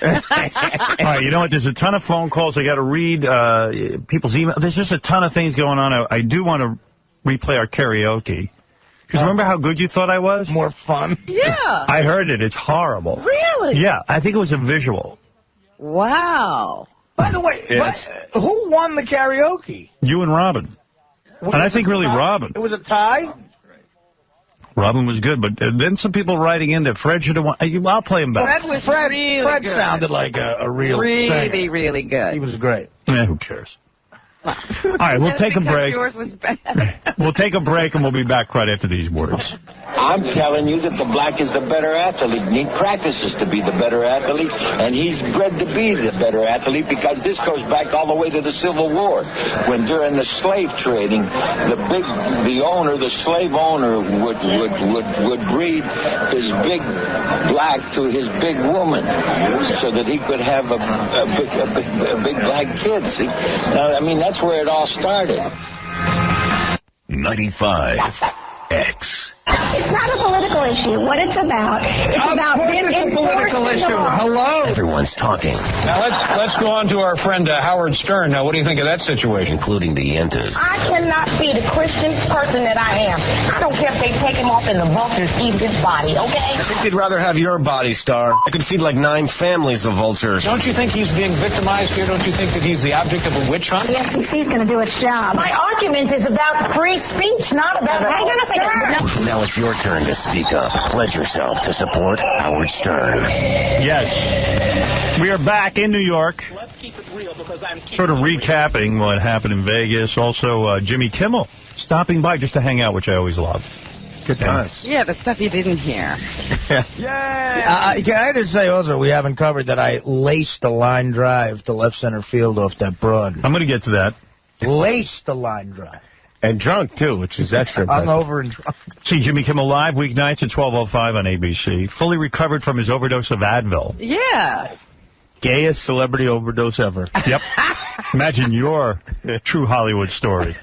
Coming up, Jimmy Kimmel goes to Dwayne Reed. Oh, man. Yeah. So, anyway, one of the funnier things that happened was we had this porno star on the show in Vegas named Cindy Crawford. Yes. But that's her legal name, Cindy Crawford, and she goes by that name. And she agreed to go on a date with Jeff the Drunk. And well, she lost the bowling competition, yeah, right? So she agreed to go on. All I know is they actually ended up having sex, and I guess the date worked out. Yeah. And then this is the sound of Cindy Crawford after having sex with Jeff the Drunk. Okay. Literally. This is right from the tape. I'm not kidding. No.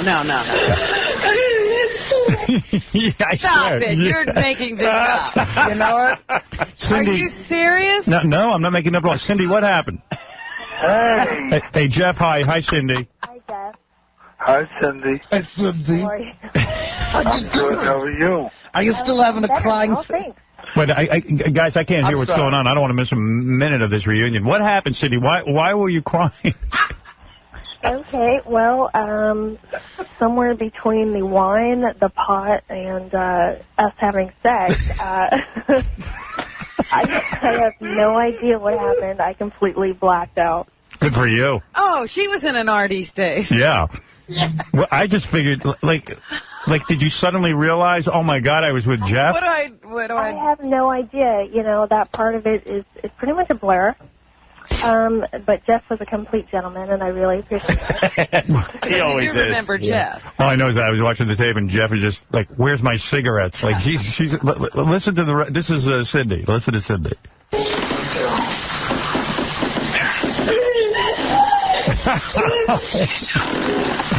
I've had women do that, but I never had it on tape.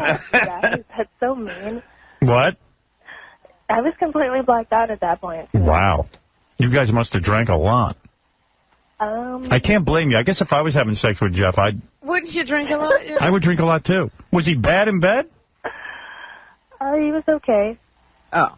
As far as I remember. Hey, Jeff, you just got an okay. Hey. That's right. That's a miracle. Right. I'm okay. Cindy, how does he make love with that bad arm of his? Like, can he get on top, or? I do believe he took it out of the sling. Oh, you mean his arm? Yes, he took it out. Wow. But it doesn't do anything. Yeah, I'm wondering if he had sex with his arm. And will you be dating again? Will you guys go out again, or is it a one-shot deal? We'll pay for it. What, Cindy? It depends. You would actually go out with him again? He was a really nice guy, despite what you guys, you know. Really? Really? Yeah. Hey, Jeff, way to go. Despise what you guys said. He's despise a nice it. Yeah. I despise what we say. I despise you. So Jeff did end up being the booby prize for the loser. And all I know is I thought the tape was pretty wild when I was watching it. And that is... Cindy I just... spoke with Karina afterwards. Yes. And she said that she won. No, hey, Cindy, no condoms used? No. Nah. Who needs a condom? Why not? Who can get it on? Let's he make he had a test. Oh, you did? Test and everything. IQ test or AIDS no, test? an AIDS test. I got an AIDS test. I scored a 70. So, Jeff, ask her out again. So maybe you'll be having a little Curro, maybe a baby. Oh, please. Is there any Want to go chance? out again, baby? Are you feeling nauseous? Oh, yes. That's why she was crying. A Curro baby? Are you on the pill or anything? Me? Yes, of course. Oh, good. Wow, Of course, sir. Of course I'm on the pill. I want my rattle. Where's my rattle, Mommy, you bitch? Can you imagine a little Curro baby? Yeah. I crap my... Actually, it's a lot like him. Yeah. That wasn't crap. It's a blister. I'm just a little baby and a blister broke in my diaper. Why must you do this to me? Oh, my God. I can't believe you got him up this early. Yeah. Hey, and Jeff, you, she's a hot chick. Very hot. Cindy Crawford. Very nice. I banged Cindy Crawford. Let's listen to Cindy after having sex with Jeff. Let's listen.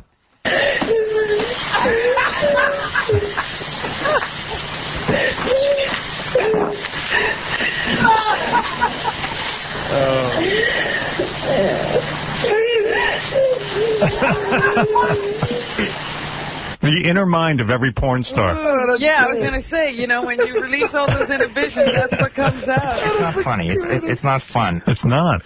Hey, anyway, you were a good sport, Cindy Crawford, and I got to get some of your videos at JillKellyProductions.com. Yeah.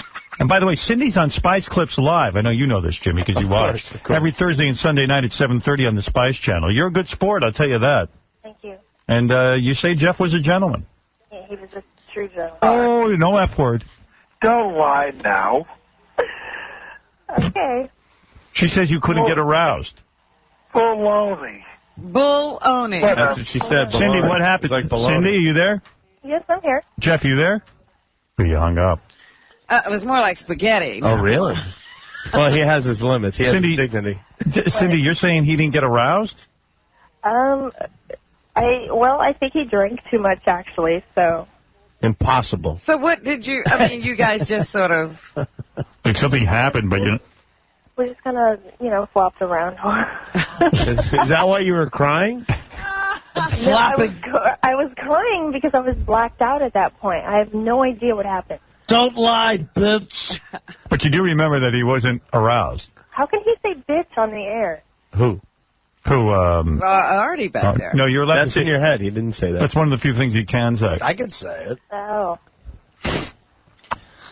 Cheer up, Cindy. Can I offer you a cup of sweat? Yeah. I never saw a human being sweat more than Jeff the drunk. I took a shower before the date. So Oh, good. That was nice. A cup of sideburns, sweat. So you don't... You had like a lesbian experience with Jeff the drunk. Yeah. Well, Jeff seems to have hung up. He didn't like you making the Call him accusation. back. How dare He you? may have passed out on the phone, in fairness to Hey, Jeff. get him back. My head's in the dryer. Until we get him back, though, let's listen to the rest of your reaction No, to... let's not. All right. I went through it, honey. You're hearing the rest of the tape. This is, everybody's got to listen to their tape. Be nice, Right. Robin. Oh, sorry. Thank you. Hey, Jerry, you're on the air. Hey, Howard. Hey, what's up? Have you guys even talked about it? Wasn't this chick on that quarantine list for sleeping with that dude, like a second generation? No. Were you ever on the quarantine list? No, I was not. Oh, okay. I'm HIV positive. I caught AIDS from Cindy Crawford. Nice. Well, here's Jeff. Jeff, why'd you hang up? I drank too much. You freaking passed up, bitch. I didn't. She says you never got fully aroused. Well, how would she know? I guess... Freaking comatose. Who else would know, Jeff? You're saying she was unconscious when you made love? No, not when we made love. Then what happened? I'm telling you, Howard, I was She says you were not, but... like spaghetti. Yeah, my fault. Spaghetti. Yeah, like spaghetti with a nice marinara, bitch. Well, what's the difference? You had a good time, Jeff, right? I had a great time, but why does everybody do this stuff to me? Talk bad about me. Then everybody, you're like a noodle. Is Jeff now crying? Are you crying, Jeff? No. It's your first fight. Yes, he was. It's your Cindy, what was your answer? I couldn't hear it. I said no. I hadn't heard that. Yeah. Why the I S never word? thought nothing bad about you, Cindy. Why does everybody do this to me? I'm just a nice guy. Yeah, why is that, Jeff, that everybody, after they make love to you, says that you weren't aroused? I don't know what it is. First Tabitha, maybe I was. Oh, Debbie. All right. Anyway, Jeff, congratulations to you and Cindy Crawford. We'll check you out at JillKellyProductions.com, and I thank you for being on the show. Thank you, Cindy. Thank you, Jeff. Thanks for the whole review. As always.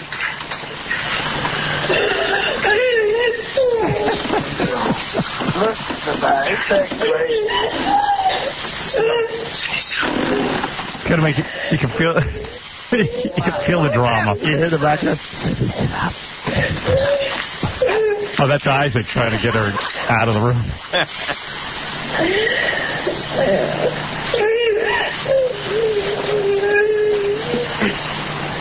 They should leave that on all porn videos. The aftermath. The crying. The crying in the credits.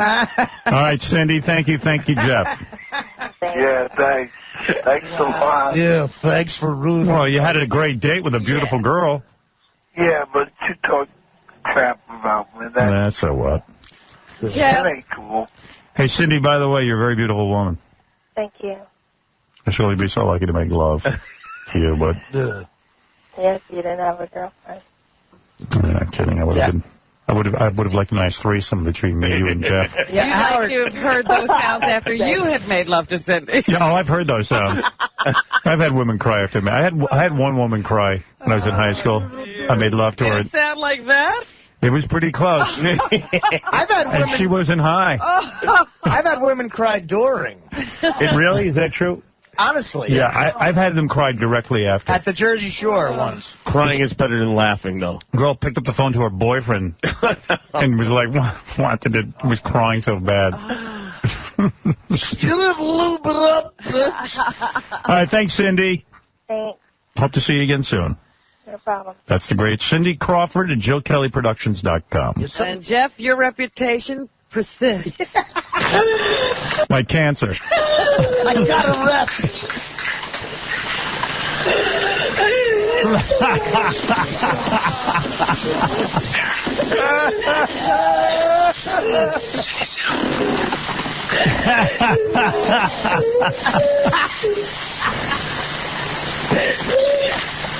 Wow. What did I do? What did I do? It's like De Niro in Raging Bull after he threw that fight. Like, what did I do? What did I do? What did I do? Calm down. We're bringing Beetlejuice in next. What's that, Mick? Who, me? Do you think Jeff thinks it was the Cindy Crawford? We told him, yeah. I hung out with Cindy Crawford Friday night in Vegas. T had the Source Awards on, keeping it real up in the field. Vivica A. Fox. Come on, baby. She was out there interviewing, I guess, different, rap guys out on the red carpet. She's got some new expression. Let's keep it real because I'm keeping it real. She says, drop it like it's hot. But she I don't even know that that's her expression. It's not. That's been around for a while. Oh, it is? Yeah. But she's evidently really latched onto it, like can't stop saying it. Uh-huh. Drop it like it's hot.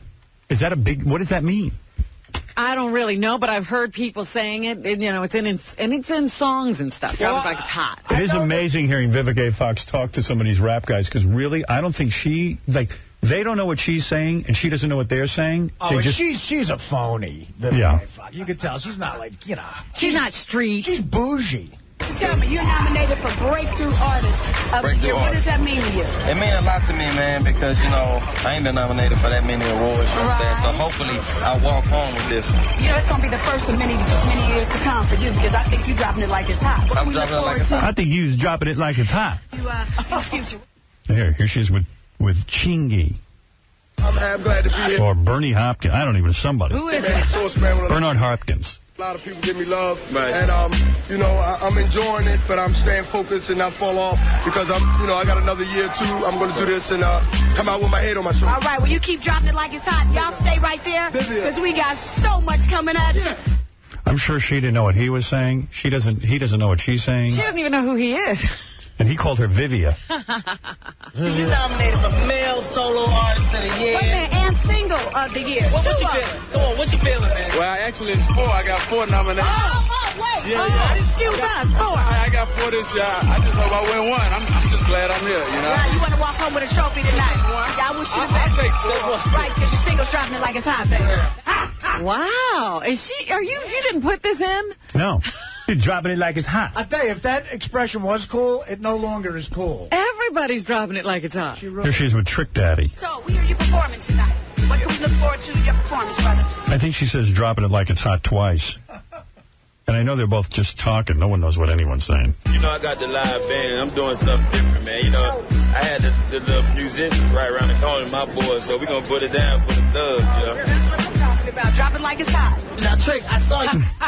Wow. That's what I'm talking about. You drop it like it's hot. She has no idea what he said. No. Your video with the dance, man, because with them boys, I learned almost. Like, I got the back part. They get wild like that.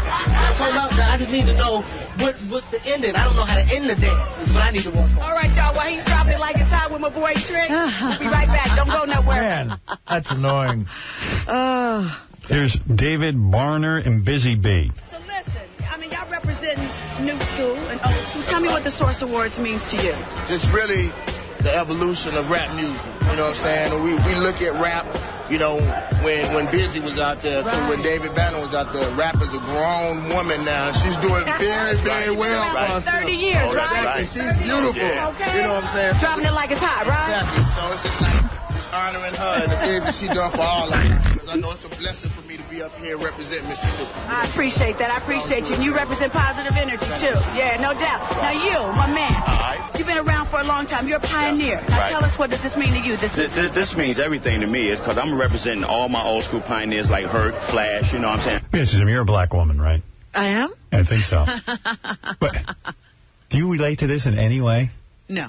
I mean, what the hell? It's embarrassing. I don't even know why you would ask me that. Yeah. I don't know. I mean, because sometimes I'm just perplexed. I know that means, like, to drop an album, that means, or drops is the day it comes out, right? Yeah, and drop it like it's hot. It's like if you touch something hot, you drop it. Right. But I don't know, is that a good thing? Yeah, I don't know how those two... When I dated a black chick for a while, and she actually didn't talk like this. But sometimes we'd go hang out at, like, places, and it was just all black people. Excuse me? And then you're suddenly aware that you're dating someone black. But did everybody talk like this? In some places, yeah. Like, everyone would go, yeah, blah, blah, blah, blah, blah, blah, and I'd be like, uh-oh. But what's despicable is Vivica Fox doesn't talk like this. Well, I love that she's trying. Right. You know, It's just she's not working. attempting to speak this language. There's like 10 seconds left on this clip, but there's still one more dropping us like it's hot. And man, we started this a long time ago. We never thought it'd get this big. First beats that You know what came out I'm first. saying? On your hip, hop, shoo-wop, the wop, do the hip, hop, and you don't stop. And with that, see, my boy's dropping it like it's hot. That's right. My boy. My boy. Guy's 60 years old. I know. Busy Bee. That's her playing a character. She's an actress, and she just decided she was going to play this character. Yeah, so, you know, I became very aware that I was dating someone black. When you were in a place with all black people? Yeah, like when we were alone, it was cool because we would just be hanging. But then all of a sudden, be like, and I'd be like, what the hell's everyone talking about? But you know what? You talk about that all the time. You see that when you watch Oprah, the difference between Tom Hanks as a guest and a black guest. Oprah's a different person. Yeah. When she interviews a black She's all guest. black. Yeah. She's real bad at it. Yeah, she is. Yeah, she's worse than Vivica A. Fox. Yeah, she's no actress. Oprah Winfrey, Negro woman from the South. On your new film for you. All right. That's beautiful. Baba Booey shirts. With Fred's painting. I love Fred's The hair on painting. the back of my neck. I'd buy that in a minute. And I'm not into selling T-shirts, but I'd sell that one. Man, that's a good one. Baba Booey T-shirt. Baba Booey. I might even wear it. I have the prototype at home, actually. It's a pretty... maybe I'll wear it tomorrow if I can find it. Yeah, wear it. Super. There's actually a mug I want to buy. Dr. Phil's wife has put out his first wife has put out a mug. His first wife has put out a mug with a picture of their wedding picture on the front of it, and his saying, "What was I thinking?" on the other side. I think that's funny. She says that she did it because he lies about their relationship. He claims that, it was just, one of those things where they were too young. He cheated on her with other women. Baba, all kinds of things. You know what to do. Get in touch with this woman. Yes. Let her come sell her mugs here. Yeah. She said they're doing very well. She actually sold out. She has to make some more. Yes, Captain. Hey, good morning, Gary. Hey. I remember, everybody remembers when that actually aired when he got nicknamed Baba Booey for the first time. And Gary says, you guys will be over this next week. You'll never be calling me that again. No. Do you have the tape of that? I've played it often. Gary, the first time we called him Baba Booey, he goes, you'll be done with it. You'll be done with that by next week. Here we are 20 years later, and he's still getting called Baba Booey.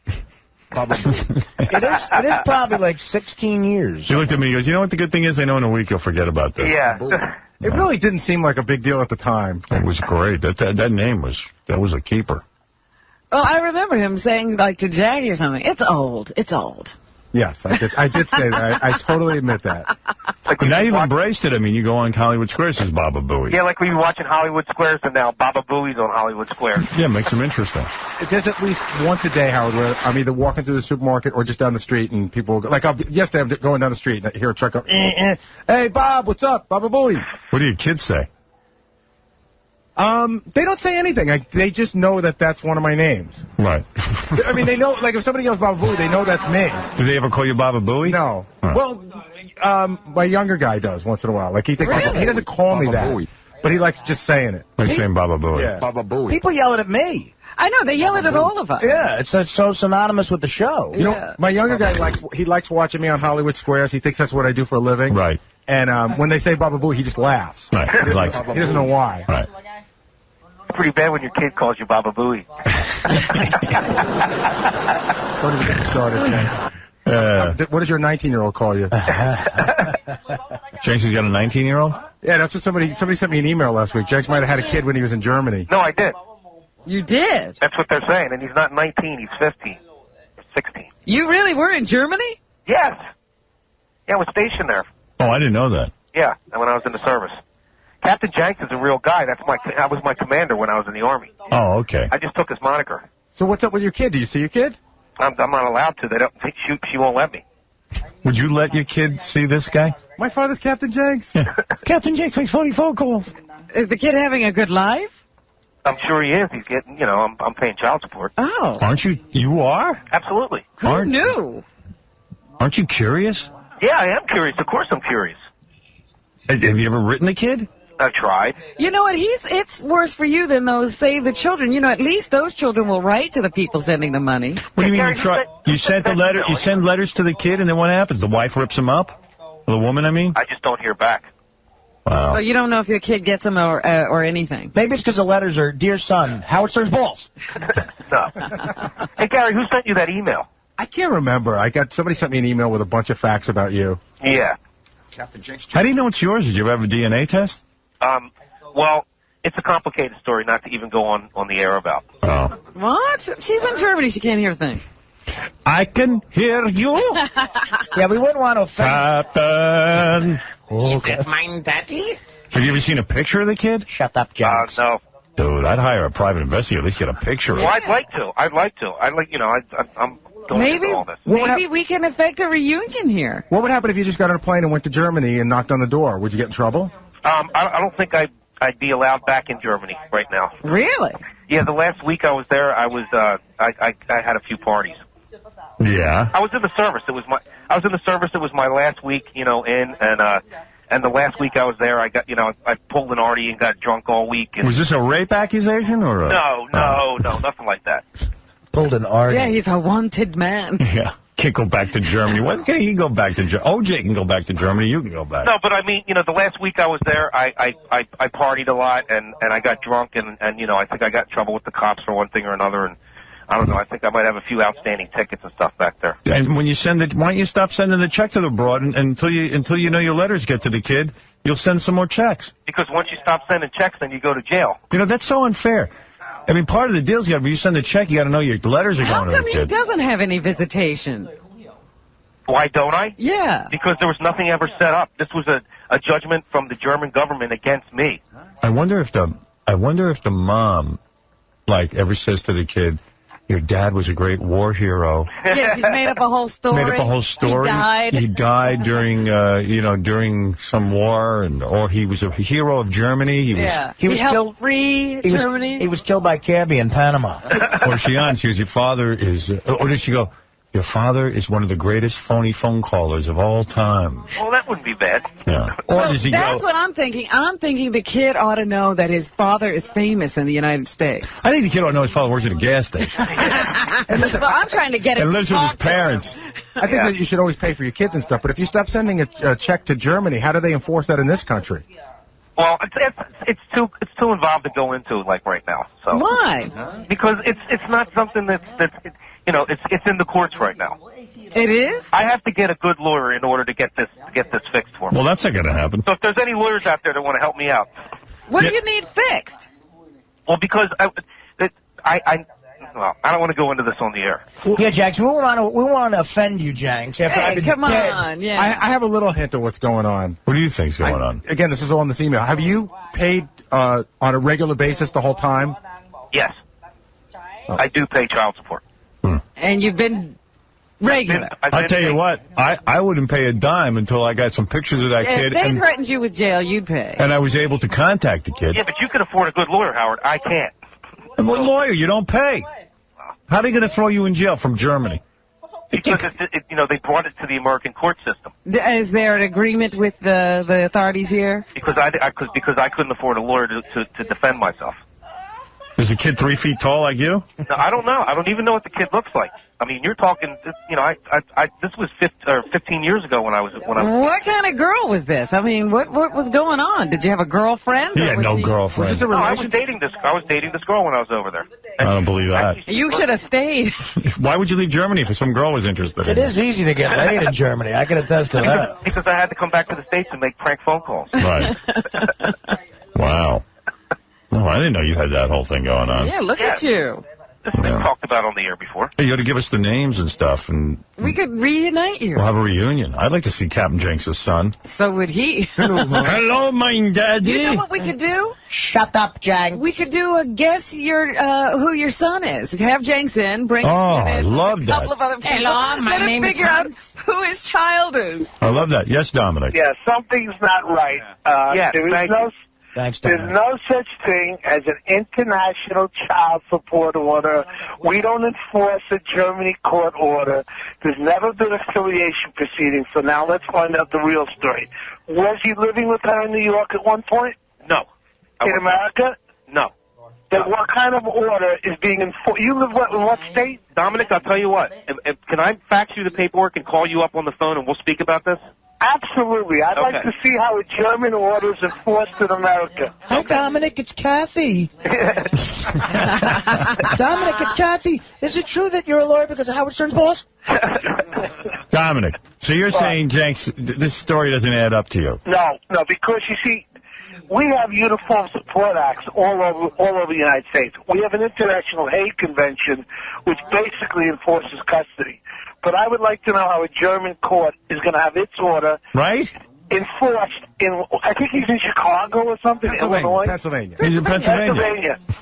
So how would that order be? First of all, it have to be lodged, filed. First of all, there are guys in the United States don't pay child support. They can't find. They can't even find them. They can't lock them up. Yeah. And then the percentage of support, even if it's like under the new federal statute, 17% of his gross. Was he making $200 a week or $34 a week? What did he do? Yeah, what are you sending for child support, Janks? I don't want to go into that. Are you spending more than $30 a week? Yes. 100? I don't want to go into this. Come on. Is it your whole salary? I don't want to go into this. Well, you know what? I'm going to call Dominic after the show today and give him all the facts. I'm in the middle of a travel. Call me the end of the day. But let me ask you this. Do you send this stamp? In the middle of a trial.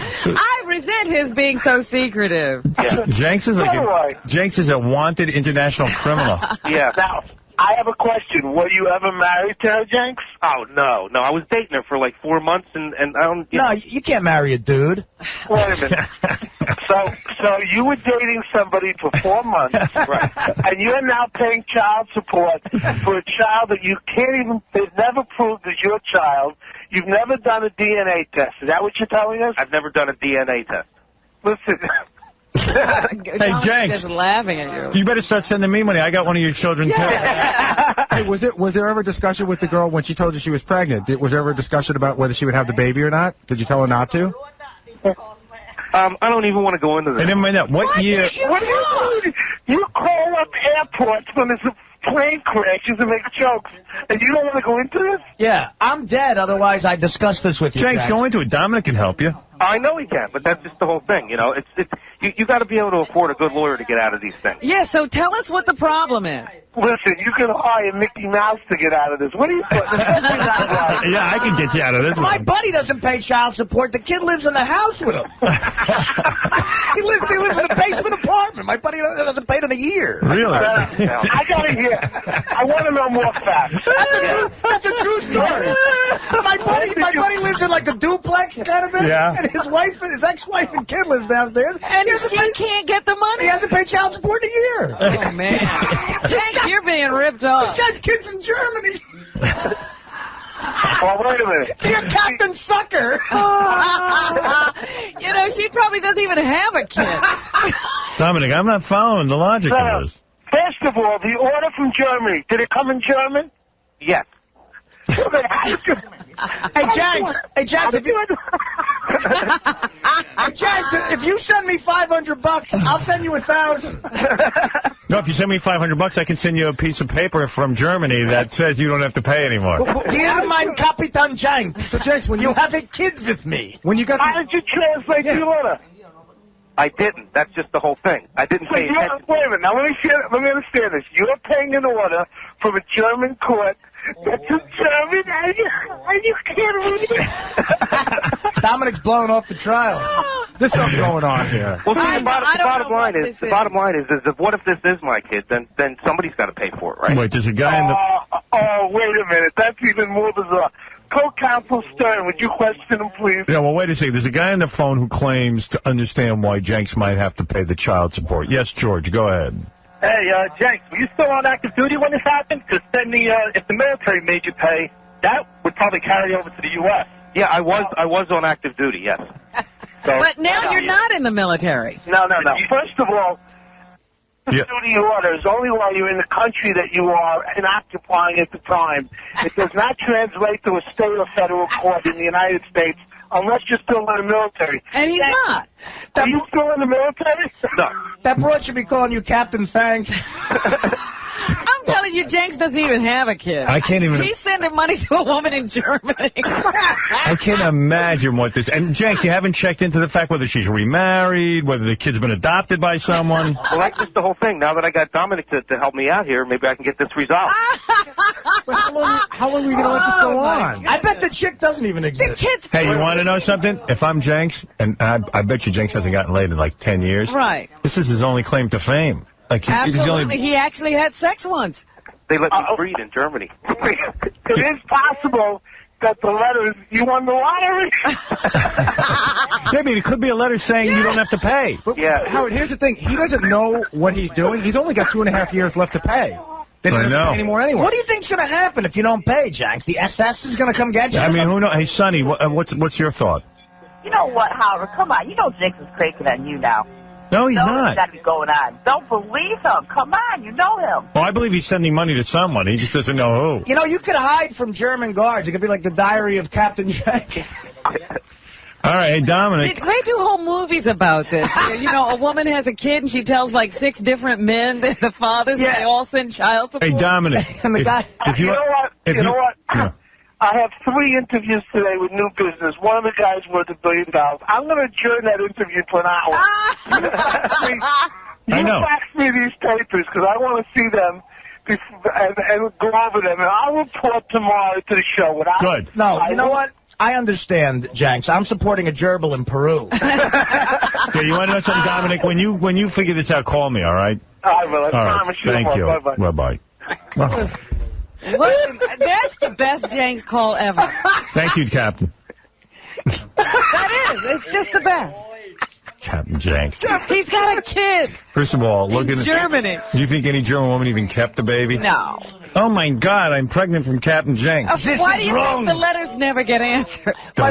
My buddy plays wiffle ball with a kid he doesn't pay for. I like Janks is sending letters to an imaginary kid somewhere. An imaginary girlfriend. It's probably some dude. Dear Gunther. Dear Gunther.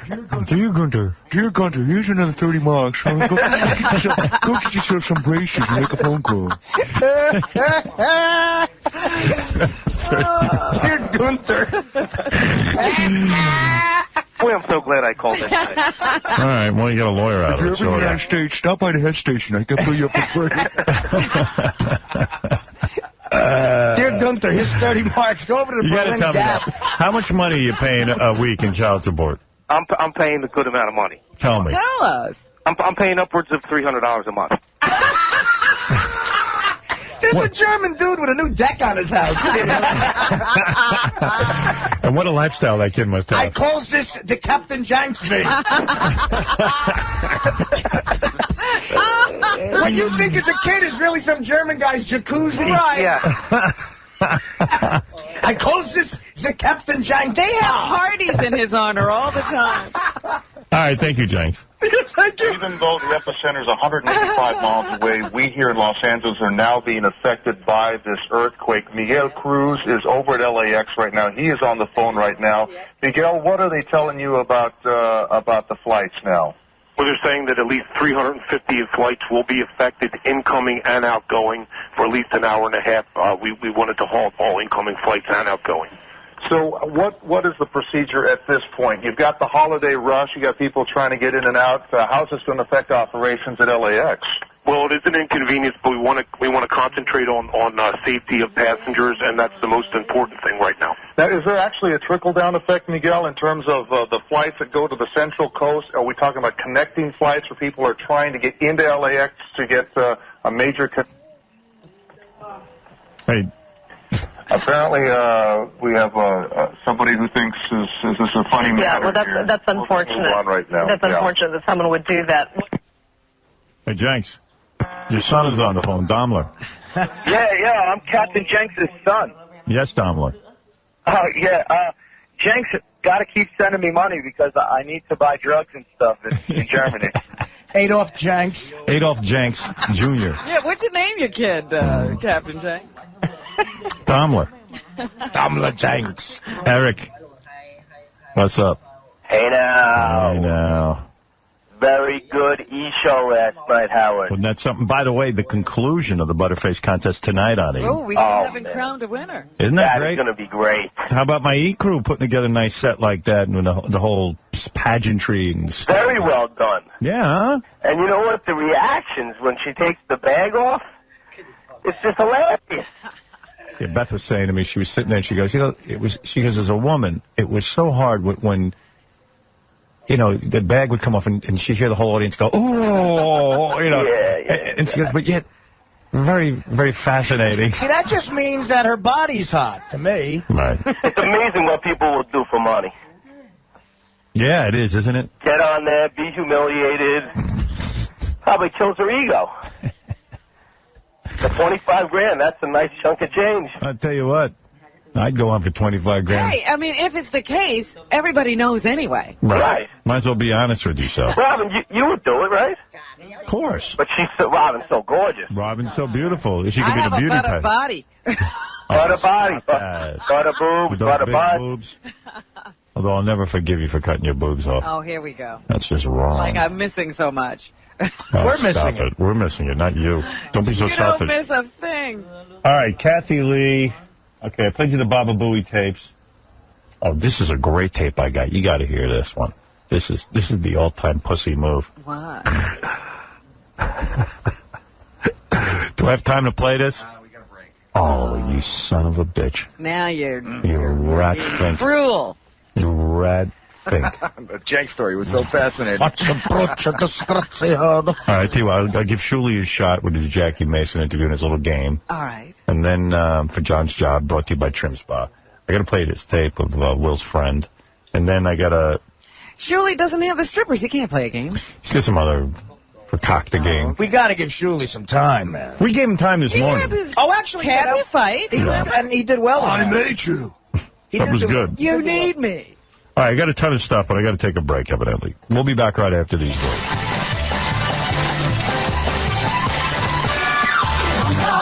We get your phone calls. We get your phone calls every day. Hey, New Yorkers, this is Jeff the Vomit Man Levy. Despite the World Trade Center disaster, world must carry on. If any of you women out there still interested in puking on me, I'm at womanvomitonme@yahoo.com. This is Jeff the Vomit Guy. I'm eager to await your puke. Woman Vomit on me at yahoo.com. Vomit therapy is still carrying on strong. Thanks. The Howard Stern Show, 95X. The king of all media. Howard Stern. Today in L.A., hundreds of his fans turned out in a huge protest in front of the federal building, shouting, Baba Booey. Baba Booey. Baba Booey. The Howard Stern Show. Baba Booey. Oh, so much. And the conclusion of the Butterface contest tonight. All right, now where was I? I was going to play this tape. All right. Let me do a couple of things, and we'll get to news. So many funny people on the phone, too. Like, I'm looking at the computer. Some German lawyer wants to help out Captain Janks. Of course. And there's a guy. Oh, there's Jeff the Drunk's on there. He's going to St. Louis to shoot a movie. What movie? Meet me in St. Louis. What movie are you doing there, Janks? I mean, whatever your name is. It's a biopic. Biopic? Yes. I'm playing a lawyer. I'm playing an architect who gets involved with Cher. Who's in that with you? Mary Louise Parker. Hey, Jeff. Hey, Howard. What's up? What's up, buddy? How's it going, Artie? Hey, Jeff. I got to tell you, my biggest disappointment in Vegas was putting Jeff the Drunk in one of those bowling segments, and then he's not, like, drunk. Yeah, he's clean. Yeah, the guy's drunk 99% of his day. Howard, I was plastered all night. I was just recuperating. Yeah, great. Recuperate on your own dime. Yeah. I'm sorry. What? I was drunk 99% of the time. Hey, real quick, what's your movie? Too dumb for TV. Too dumb for TV. Yeah. And what do you do? I'm the host. I'm the dumb part. You're the host. Yeah, the host. What channel is that on? Video series, actually. Oh, video series. Yeah. Yeah, somebody figured out, like, if they have him in it, maybe he'll plug promote it. it here. All right, good luck. Let us know when you're done. What's that? All right, so, all right. Let's play you this. This is Will's friend, Will, who is one of our producers. Uh-huh. I don't know what his title is. Producer, I guess. Everybody back there is a producer. Yeah. You work here, you're a producer. You're vice president or producer. Either you're an intern or you're a producer. Because if you're not producing, you're out of here. So, this is Will's friend. He meets this chick, I guess on the internet. It's one of our interns. Was one of our interns, yeah. You know. And I guess she agreed to have, like, a date with him and stuff. And so she went out with him, like, twice. And then I guess he had been instant messaging one of his buddies saying that he wanted to get her in a threesome. Oh, really? But, like, he claims but she saw it and he just said, oh, this is too creepy. I'm getting out of this relationship. I don't want to be a threesome. Uh-huh. You know, this is ridiculous. The relationship just started. Or whatever. This is the story I'm getting. Okay. All right. So he calls her up and leaves a message on her machine begging her. But she must be some piece of ass because he's begging her to come back. And meanwhile, have you ever been this in love with somebody after a date? No. I mean, you're talking a couple of dates? Yeah. Kristen, please call me back. It wasn't meant to be the way it turned out. Oh, just put a joke on Will that was bringing someone else up, that a girl at work that was messing with him on IM the past couple of days. It wasn't meant to be that way at all. I wasn't I don't think about you that way at all. About how you think about that threesome and everything like that. It wasn't a joke on you. Please, Kristen, listen to me. I'm being honest as hell here. Please, it wasn't meant to be that way at all. You please understand. I was just with Will the whole thing, okay? Please call me back. I don't want it to be this way at all, man. Come on, you're cool as and I wasn't meant to be kind of like what you were thinking. Not at all. I swear to God, Kristen. Please. I'm being dead serious here, man. I mean, I would never do anything to ruin. I mean, you ruined anything that we had. I mean, you're cool as I love hanging out with you and you're a cool girl. And nothing was meant to be the way you thought it was on IM. And that's why I hate IM, because stuff can't be explained the right way as it is on the phone. Please listen to me. And you know what? Seriously, Kristen, it wasn't meant to be that way. I can see how you're pissed, but believe me, it wasn't meant to be that way at all. Please call me back. Please. Oh, my God. That's my favorite. Turn in your penis. That's my favorite tape of all time. Phone. Over the phone. That's almost as good as Baba Booey's That's whole. why he hates IM. Isn't that right up to... I hate IM because things can't be explained. Wah. Please help me. I'm thinking to myself, is this Vinny Favale Jr.? Who is that? Yeah, but I think that's up there with the Baba Booey. Yeah. Begging Nancy. You gotta take me back. Nance, my life is annoying. Hello. Professional life is annoying. Hello. It rivals that. You gotta play that again. I gotta hear it. I don't Give know. me a little Baba Booey. Hello. It's an excellent pitch. Not that. No, just the real Baba Booey. Just Baba Booey. I think he's got it on CD or something. I think we should have that here. We always have this discussion when we try to just go to it. It was It's never difficult. with us. It was hard to get my hands on that. We got a million Vinny clips. Hello. Hello. My professional life is annoying, and my personal life is a 2. And that's what sucks. I don't have anybody to share it with. And you maybe have gained some friends. No. Let me say this. You've gained a lover, and you've, gained your friends. But me, I lost a lover. I lost a lover. A best friend. Right. You lost a lover, and you lost a best friend. But now you've gained a lover, and maybe a best friend. I've gained some lovers, but no best friends. Wow. And how does that mean I should go back to you? And why do I care? I miss you. I miss you. I miss you. Baba Booey. I love you. I miss you. I hate you. I want you. I like you. I love you. I want you. I hate you. I love you. I miss you. I like you. I love you. I hate you. Backlist. I love you. I love you. I love you. No Baba Booey, huh? Can somebody give me my tapes that I play? I miss you. I miss you, man. You want to hear a great rap? I hadn't heard this on TV. Did you see all the guys huddled around me during the break? Yeah. We were in here listening to Halle Berry talking to Oprah Winfrey about her cheating husband. It? Oh, it's fantastic. Really? Oh, my God. What'd she say? Oh, she's wah. It's the funniest goddamn thing. What's wrong with her? Says her husband had a sex addiction. Sure he did. The guy had a It's penis. everybody but you. He had a sex addiction. Why wasn't he doing it? As I said at the beginning of the show, a lot of people, the tabloids. And I think a couple of years ago, there was the first tabloid story. And because I've lived my life in the tabloids, I never believed... Oprah's almost incoherent. She goes, as I said earlier in the show, the tabloids. But meanwhile, she wouldn't have a show if it wasn't for the tabloids, because they do all the hard work and report the thing and risk lawsuits. And then Oprah gets to ask them about it. Yeah, she gets to do her interviews from them. You should kiss the ground of the tabloids.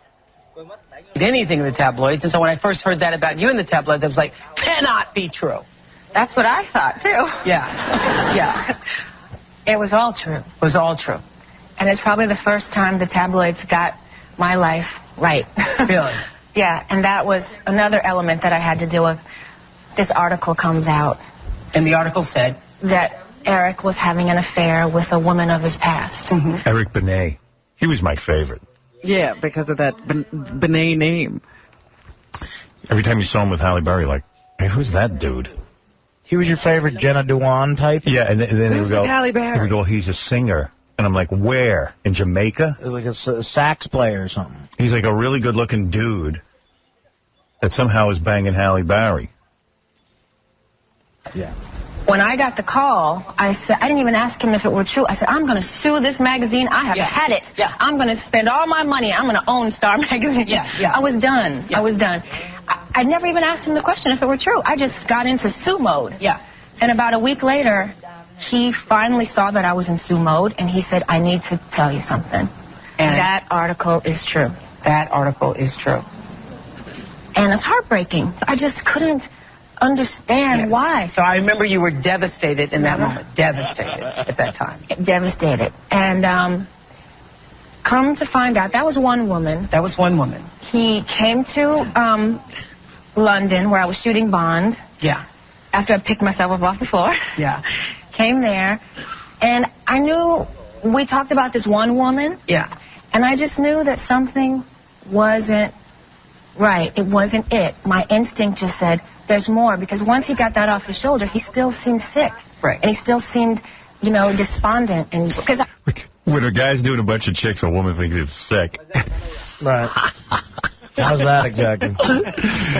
I just love Oprah just repeating, you were devastated, okay. She's in pig heaven. And, one woman. But she hates the tabloids, but here she goes. She's hanging on every word. Gossipy word. I thought, if it's one thing, okay, this happens in marriage. I signed up for the long haul.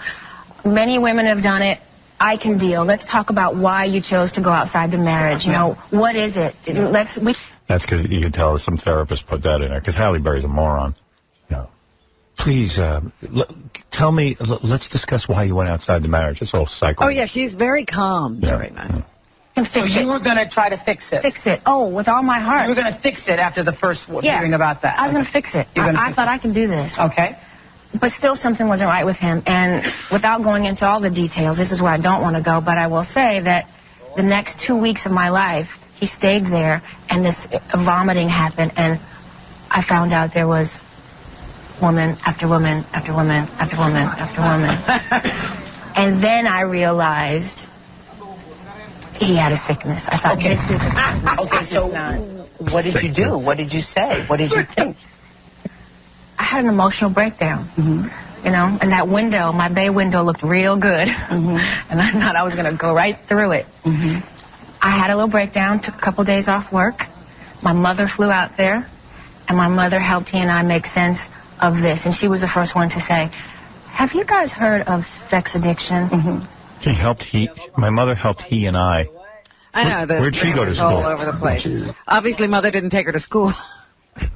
Yeah, maybe Mother should fly her out to grammar school. I like how she's calling him sick. She runs people over and forgets, and he's sick. He's a dude. It's called having a penis. Has he gotten over this illness, or is he continuing to wallow in it? And me, no. What on earth is that? She said, I think that's what your problem is, Eric, because I know how much you love Hallie. I know how much you love your daughter. But you have been doing this since the day you met her, being dishonest and having all these affairs and always having all these other women on the side, almost like a double life. When I realized that this was too bizarre, and I realized really for the first time, because this is my second deal with infidelity, I knew for a fact this is not my fault, because I knew I'd been a good wife, I'd given a lot of myself, and I learned from a... So cool, a chick that hot is getting cheated on, isn't it? Yeah. Well, yeah, that's why Oprah's loving it. I want to know if you... Oprah's like, you know what, I'm a big fat slob, and Stedman's pretty faithful. He cheated on Halle Berry. You know, honey, I got something she don't have. If you go to rehab for sex addiction, I wonder, do you get a sponsor, like an AA? Yeah, like a hot chick. Look, if you feel I just saw a hot chick, I'm getting weak. If you feel like getting laid, call me. Mistakes I thought I made in my first marriage, and I knew I had grown in many areas. So I thought... She put him in rehab. Sex addiction. Sex addiction. She went into rehab with him for his sex addiction. I'm your sponsor, Eric. If you want to get laid, call me. I'll take you out. We'll go shopping. Right. I realized this is a sickness. And my mother said he needs to go to rehab. You even went to rehab with him, did you? Yeah, he went to rehab. We went there as a family. He came out of there, and he seemed brand new because he now had knowledge. He didn't realize he was sick all these years. Okay. How do you ever begin to trust again? No, she didn't. She divorced. That was an issue that forced me to file for a divorce. Because It's been 2 years since this happened. Yeah, it's real hard after a chick catches you cheating. Well, he wasn't even just cheating. Yeah. He was nonstop. The moment she left the house, the door must have flown open, and the women started coming in. Chris Rock's got a routine on that. Once you get caught cheating, the chick's got a beeper on your ass, and you have to call in every 30 seconds. Baby, I'm at the store. Yeah. You know. You check in at every moment. She found out she was cheating. She want to break up. If she want to break up, yeah, got her. But she ain't gonna get that. As soon as they get to the door, let's work it out. Let's work it out, bitch. Payback. You know the first part of payback is you ain't getting no to the best of the Super Bowl.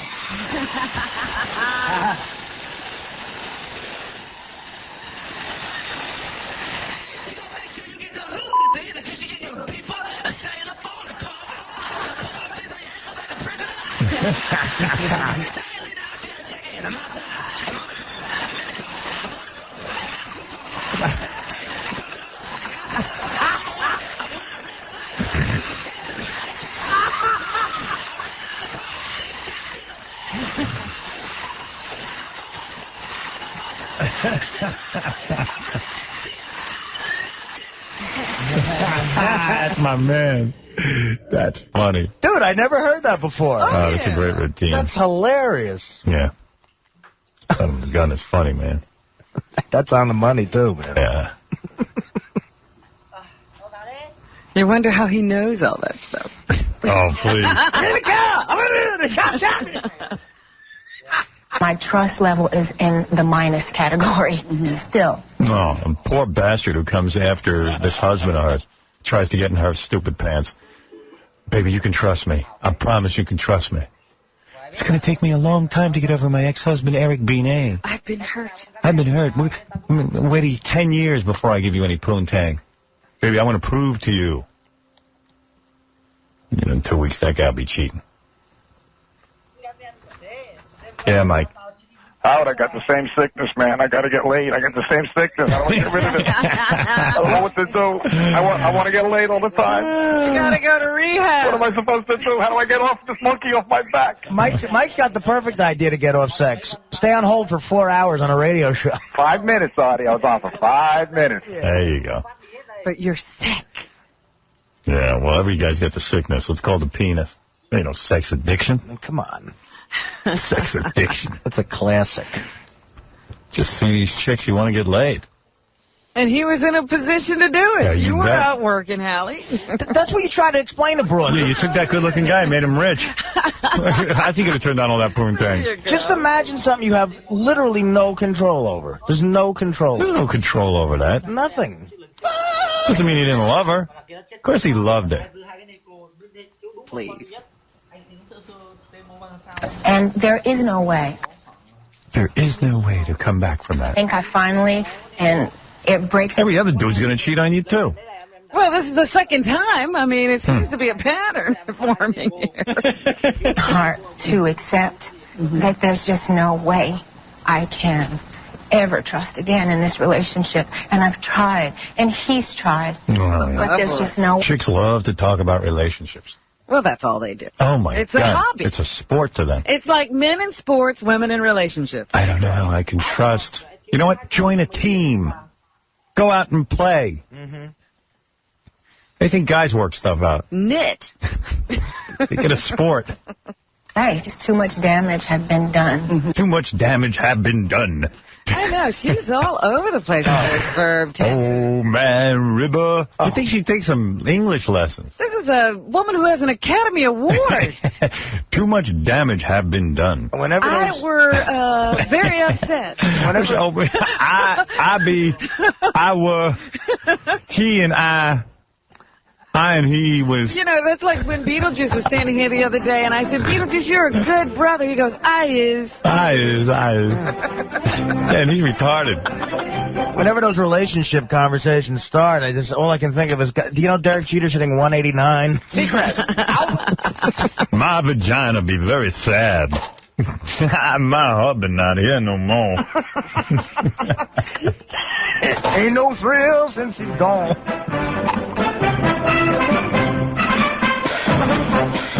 Hey, Matt, what's up? Hey, Matt. Howard. Yep. Listen, man, that marriage was doomed from the start. There's absolutely no way. Hey, pal. Are you in the witness protection program? Are you on Mars? We're talking. Howard. I think we're talking to the space shuttle. Oh, give me a break. Listen, they never had a chance because, for one, man, all crazy women get cheated on. I've had a few of them, man. They just don't stand a chance. Well, hot chicks never think they're going to get cheated on because they're hot, but they don't realize any guy who can get a hot chick can get more. Exactly. That's right. You get Halle Berry. Yeah. That's why they never had a chance because, to begin with, he was already, like, screwing around with all these chicks, and as soon as he got married to her, like, other chicks are lining up. Yeah, she made him more desirable. Yeah, everybody wants to be with Halle Berry's husband. Yeah. What was he supposed to do? He was a victim.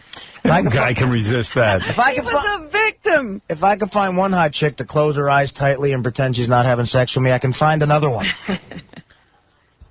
Does this harden you in any way towards, other relationships? Or you? Oh, please. Open to the possibility? She's got to get two-time loser. I am, but I'll never get married again. And I always hate to say never do anything, but I will never marry again. Oh, not that I won't what a have shame. a committed relationship and be in love. You will never marry again? I will never marry again. And you can say that now, sitting here? And mean it with every She hasn't met Shuli yet. bone in my body. You got a bone in your body? It's true for me. I will never marry again. No need to now. No need to get married. No need. Hey, I'm with you, honey. I had a need before because I wanted to prove I could be a wife, I guess, or I wanted that fantasy. All that stuff's out the window for me now. Yeah, if you're with a guy who doesn't cheat on you, you're with a loser. No one wants him. No, you're with a gay guy. Any guy, you got to understand. Oh, my God. You want to be with a winner. She wants to be married. Go find some dude who can't get laid. I'm in the car. I'm real late. I'm at the supermarket. They shot me. I'm hopping home. I love you. I'm on the lawn. That might be the best stand-up routine I've ever heard. I know. I am. I've had this tumultuous road. Tumultuous? Married, but I do need a partner because I'm a very... Yeah, I'll give it to you. I'll give you mine. I'll play high D salami with you. Oh, never mind.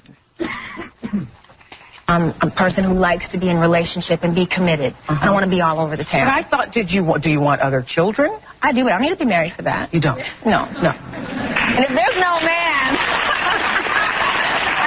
You know what? If there's no man in 2 years, when I get to around 40, that's my limit for myself. If there's no real serious man, whoever I'm dating at the time, I'll say, hey. Yeah, because everyone's going to want to be with her when she's 40. Well, she'll hold up for a little while, even past 40. I should. Would you like to have a baby? I'll sign a paper that will say I won't ask you for 1 red cent, one thing, but I need to have a baby, and you're here. I'll do it with you. Come on, honey. I did that in a second. So let's do that. Yeah. She's going to want your genes, Artie. No, come on, Holly. She wants a kid. I'll do that. Holly. You do. I really do. What's her name? Whatever. Oprah and Halle Berry should have a kid together. Ms. Berry. That stuff's great. That is fascinating. Yeah. But Oprah hates the tabloids. Of course, she wouldn't be having that interview if there wasn't a tabloid. Right. Halle Berry would never disclose that information. Shuli's got some kind of game. Hey, Shuli. Come on in, man. He just lost it. He lost his mind. Let me hear that. Where's all his songs? Go get his songs for me. Should be here. Stern Show, what would you like to discuss with Howard? Hi, John. Hi. Hi, how are you? Hi, who's this? This is Carol. I don't live too far from where you live in Philadelphia. Hi, Captain Janks. How you doing? Who? Who? Captain Janks. Hi, Tom. How you doing? This isn't Captain Janks. Oh, yes, it is. It sounds like him. No, this isn't Captain Janks. This is Captain... Oh, yes, it is. It's Captain Janks. No, it's not. Oh, yes, it is. It's Captain Janks. It's not. Oh, yes, it is. It's Captain Janks. No, it's not! Yes, it is. No, it's not! Yes, it is. What do you want to what do you want to discuss with Howard? I want to see if it's possible if they could send you home early because you're doing a real bad job. Well, I'll put you on hold. No, I want to see if they'll send you home early because you're doing a real bad job. Well,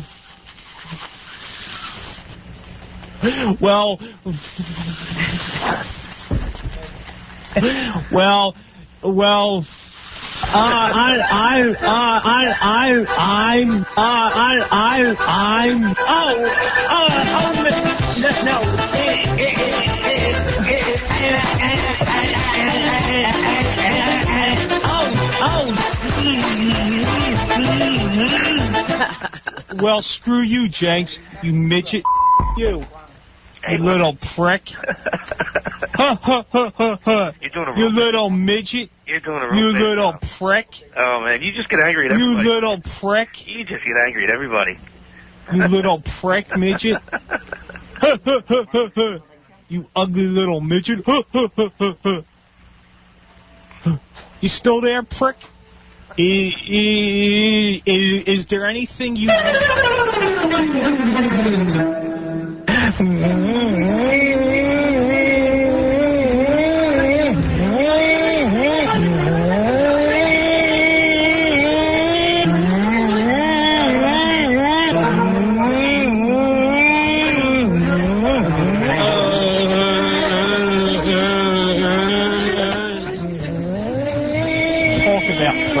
Yes, there is, but by the time you finally ask the What question, do you want to... I'll put you on the air, prick! What do you want to talk about? So it's like, it's by the time you got everything... What do you want to talk about, prick? By the time you got out everything... I'll fight you in Vegas, prick! What do you want to talk about? Why don't you go your mom and dad, prick? You know, by the time... What do you want to talk about? By the time you got out... What do you want to talk about, ass? I'll put you on hold now, ass. I'll put you on hold, ass. Go your mom. Go your mom, you ugly little midget. Oh, my God. I'll put you on hold. Your mom's over here right I'll put you on hold, ass. Wow.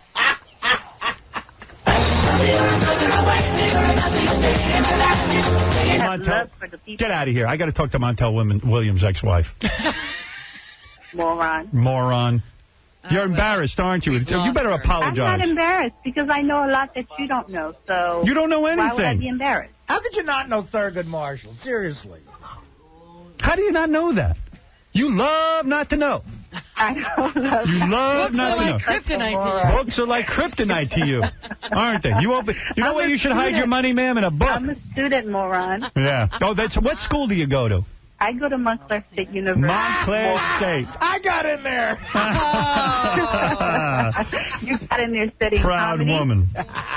You got in there studying comedy? You should be proud to be a black woman, and you're not. I'm very proud. You're ashamed of your own culture. Goodbye. Actually, just to be clear, I didn't get in Montclair State. No, you were too good for them. That was a good line, though. All right, the woman you're about to meet is a millionaire. Yeah. Imagine not knowing. Many times over. Black woman don't know who Thurgood Marshall is. That's embarrassing. That's a shame. That's bad. Shame on you. Shame. Shame. The woman you're about to meet got $14 million from Montell Williams in a divorce. You sure it was that amount? No, I'm making it up. Oh. I think I might be sure. That sounds like a lot. Oh, wait a second. Gary, you're blocking my guest. I can't even see what she's wearing. You blocked me. Come on then, baby. She's all right. Look at her. Yeah. That's a white woman. That's a white woman. Yeah, Montell Williams was married to a white woman. A lot of people don't know that. They don't? How do people not know that? A lot of people don't know that. Apparently people don't know who Thurgood Marshall is. I think more people know that than know who Thurgood Marshall is. There's Rob. There she is. Hello, how are you? There's my girl. Was it, am I right, $14 million you got as a settlement? Oh, come on. First of all, can we get to the ass thing first? Oh, yeah. Can you crush a beer can with your ass? If I could, do you think that I would be trying to get into the record business? I think I'd be in recycling. Let me tell you something. If you got $14 million from Montell, listen to me. Mm-hmm. Because, you were a stripper, right? Yes, I was. Okay. And you know me. I don't put that down. It's the honest way to make a living. But the classic stripper move, who marries a wealthy guy, gets divorced, makes a ton of dough. I'm going to start my own record company. Listen to me. That's what it sounds like. Listen to me. You know I'm a smart guy, right? Absolutely. I'm the smartest. Trust me. I know you are. Get out of the record business now, today. Yeah. You hit the lottery, $14 million. I did not. You did not get 14. Not even close. 7? Not even close. Are you a millionaire? By 1. Save it. Don't invest it in the record business. I'm begging you. You're a nice woman. You got kids. Yes. It's a classic mistake. Yeah? What record do you have? What record? A gambler. Gambler is no way to invest. Think of your children. I'm a gambler, too. Look what I'm wearing. Money market, hedge fund, I don't know what the hell it is, but a record business. The record business can't make money in the record business. No, I know. It's what business? Who's your artist? I have 2 artists. I have 8 Days Gone and another gentleman named Grizz, who's like a beast. He's great. But let me in ask fact, you something. Korn is that type of feel that Grizz does. But do you know how hard it is to pick a group that will succeed and the money it costs? You know what, Howard? I do. But in my heart, in everything I have, the 2 groups that I picked, I think are... How much have you... Why does she think she knows something about music? I don't know your background. You know what? To me, I don't know. I don't know much about the record business. It's something I jumped into because I have a very big passion. I'm a very passionate person. Oh, I like that. And so when I go for something, it's with all the passion I have. And all right, wait a second to me. Listen to me. Yes. Because I like you. I like you too, Howard. Yeah. I've loved you for many years, but I was never allowed to talk to you. I know.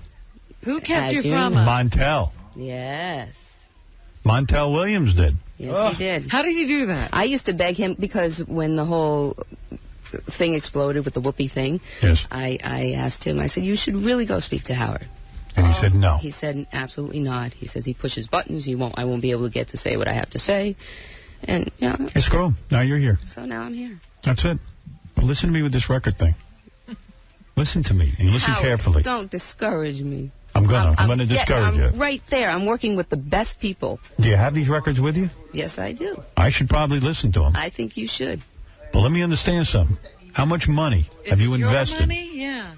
Have you put up all your own money? No, not all my own money. Who else has put up money? Well, now there's people coming in. Who? Who's coming in? Tell me their names. Okay. Do you know who Bob Jameson is? Never heard of him. Okay. Who is he? You've never heard of Bob Jameson? No. The whiskey guy? The major guy. He put up money? He's getting people to put up money. He is? Yes. How much money have other people put up? Nothing yet. Zero. So it's all your money. But it's not. It hasn't been a whole bunch yet. How much have you put up? How much do you figure with everything? Paper clips, with rubber bands, everything that's, I mean, whose money's involved in this other than Montell's? Montell's. Well, but it's not all Montell's. I worked all while I was married to Montell. Doing what? I did his makeup, and But come on. But I still worked, Howard. All right. I gave up to marry Montell. I did have a career in Las Vegas, but I stopped that. Thank God, though. You got to say thank God for that. Yes, I did. You wanted out of that. That's a horrible life. Well, no? Yeah, after a while, some people just don't know when to quit, and I did. The act was you and your mom. No. I thought My it was... mother is 73 years old. That's so disgusting. But I would never. When you met Montell, wasn't it you were Bambi Jr. and she was Bambi Sr.? Yes, and what it was is my mom was in burlesque back in the old days, back in the 50s. Oh. And so she was, Bambi Jones is what her name was. Was part of your job to crush a beer can with your ass? No. That's completely false. That was another girl on Montell's show named Bambi. Thank you. Okay? And like I said, if I had that talent... In fact, you guys scared the crap out of Korn when I walked through. You know, after you said that, they're all backing off from me. Oh, please. Backing off. Those guys will marry you. The guys from Korn like that. I don't think you can scare Korn. Are you fully white? Yes. You're not Puerto Rican or something? No, everybody thinks I'm... Why do they think that? I don't know. I guess my features are... Did you take heat for marrying a black guy? Absolutely. You did? Yes. People Who gave you a problem? Who gave you a problem? You know, I'll tell you honestly, the black women were more vocal about it. Right. But the white men... Don't like it. They don't like it just by the way they look at you. Can I just apologize for some of the letters right now? Yeah, Artie wrote a few letters. Did you really? I was drunk. But go back to this record. How much money... Guess what? I'm married now to the best. Who is the best? A nice Jewish boy. 26 years old? Yes. And you're 40? Yes. Wow. You've been together for a while, though, right? A couple of years. Yeah. And we have an 8-month-old little guy. You're kidding me. I'm not kidding you. And you live up in Connecticut? That's Montell's old house? No. Montell got me out of the house. He did. And did you have a prenup? No. So you got half his money? No, I did not. Why not? Because as much as everybody says I'm a gold digger, I don't fight like that. My children were in so much pain when everything went down. Right. If you notice, I didn't speak to any press. Right. I didn't do anything because my children are my life. And I'm not going to fight this man for his greed. And I said, you do what you think is right for your family. Really? And he did wrong. And you could check the court. So then why did you agree to that? Why not take half the money? Because you know what, Howard? At that point, it was more emotional. Like I said, I'm very passionate. Sometimes I don't think in my right mind. Gee, I wish I had married you. Yeah. You said, and I'm not. It's not that I'm stupid. You said to Montell, do the right thing. Yeah. God, why didn't anybody say that to me? No, they said, you will do the right thing. But then, of course, the attorneys, start fight. It's this whole battle. And basically, my attorney told me, one attorney said, I can't even deal with you. What? My first attorney. He said, because I cannot let this happen to you. How much money did you end up getting? I think... when I look at it, because I had to go buy another house so my children could stay in the neighborhood and stay at their school, and it costs a lot of money to live where I live. Yeah. Right. So I think I got $2 million. Plus the house? No. All inclusive? Yes. He's got to have way more dough than that. Of course he does. But he still pays child support. Yes, he pays child support. Okay. Aren't you upset that you only got $2 million? You know what, Howard? No. Looking at you now, you seem upset. I'm just upset that it's all about that this man, because I know him so well, and he's all about the money. Everything has to do with money with this guy. He emailed me the other day because he's supposed to take care of all the children's activities, and I paid for kickboxing for my son, and it was like $300, and he said, don't ever put them in anything over $100 without my permission. Oh, my. So this is the type of stuff. That's why with money with this man, that's all he's about. So it sounds like an angry divorce. I never wanted it to be angry. He stepped out on me. Right. Okay? Yes, we were having trouble before because I was not happy. I was not happy because we didn't know he had MS. So for many years... before he knew, the symptoms come up, and he acted very strange, and he pushed me out of his life a lot. Right. And, I felt like, what have I done? Because in Vegas, no matter what, even though I was a stripper, I was in the big burlesque reviews. I was not on the pole, on the tables. And you were used to getting a lot of attention from men. Yes. And then all of a sudden to have a guy who you're married to not pay attention to you really hurts. Yes. Oh, yeah. And I don't do anything for him, but it wasn't because of me, but it was kind of blamed on me when it was all along. It was the MS and the symptoms from the MS. And don't you think didn't you say something like you thought his medication was making him crazy? I still think it is. Yeah. And he says that's unfair. Well, it's unfair that he's on television portraying one person and his... family man kind of thing. Yeah, and it's... So how did you catch him cheating? The National Enquirer called me. Oy vey. Yeah, I was going to say, it was all over the papers. It was on my birthday also. But actually, you know what, I I had a premonition. Women know. And I... How do you know? Because he wasn't effing you? You guys had stopped having sex? Happening. In a long time? Yeah.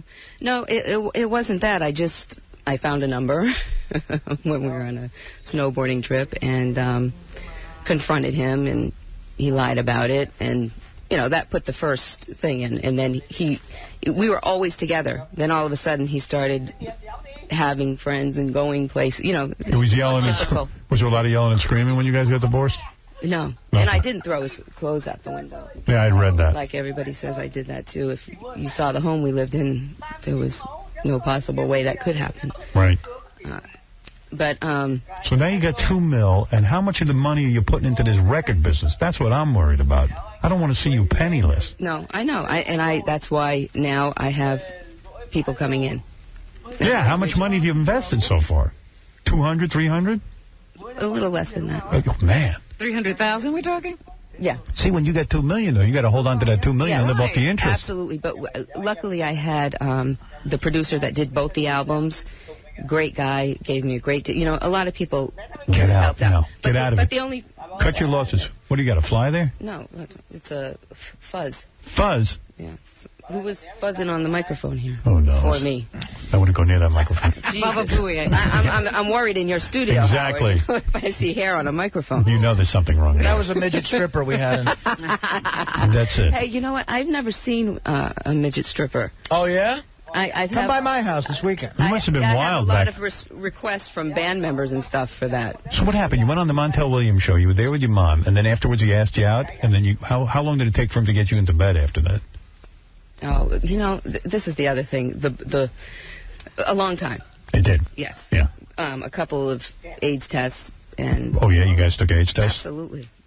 At that time, I meet him. He's in L.A. Right. I don't know which way he goes, what he does. I didn't want to take any chances. So you made him take an AIDS test? Yes. And then you did him? Not right away either. Wow. For a while.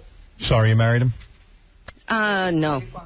No. I'm not sorry for anything I've done in my life. I wouldn't be who I am. Did you make the Jewish kid take an AIDS test? No. No. Well, no. What a racist. No, that's not why. Why, then? I don't know why. I'm kidding. I really don't. I'm badgering you stumped me there. Him. Yeah. I do. A different person. Right. I mean, because I knew... I saw Montell's antics when I first met him. He was doing a few of the producers there, and, it was... You must have been wild back in the day. You know what, Howard? Just like everybody thinks... You're not? I'm not. How many guys I'm so boring. Never did another chick? No, I've never done a chick. Really? No, you will. You think? Sure, why not? Not at this age. No? No. I've had very many opportunities, of course. You know how the strippers do their thing. Yeah. Hey, wait. But no, I always... Let me give you a plug. Check out Grace Morley's record label at Raging Grace, RagingGrace.com. And to purchase Grizz's album, My Evolution, go to GrizzRock.com. Grizz is single hardcore. Let me hear this. Let's see what you're up to. Howard. Yeah. You just plugged me. I did. I did plug you without an AIDS test. See? Here we go. I don't discriminate. Let me see. This is... baby! Damage control. We like it hardcore, baby! I got you, Grace. Now, how'd you find these guys? You didn't even let them kick in. Well, all right, I'll get there. We'll get back. How'd you... Yes? Grizz is a wrestler, if I'm not mistaken. Oh. No, Grizz is going on the women's wrestling... I think I can physically see your money flying out the window. He's not a wrestler. He's going on to perform, and he's going to get attacked by it. Do you have radio airplay with this record? Right now you do. Yeah. We haven't put this one out yet. Okay. 8 Days Gone we do. We have radio play for you.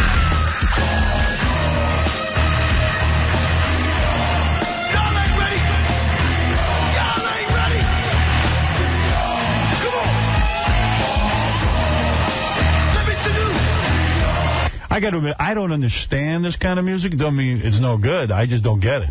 I don't. That's not my thing. This is your thing? We have Jonathan Davis out there. We should ask him. Sure. Yeah, he's from Corn. He'd know if this was any good. I think Bambi Jr. and Sr. are going to make a comeback. That'll never happen. Get out the poll. Let's go, baby. Sweetheart, we're being your friend here. Just live off But the you cash. haven't even listened to it. What is it, Chauncey?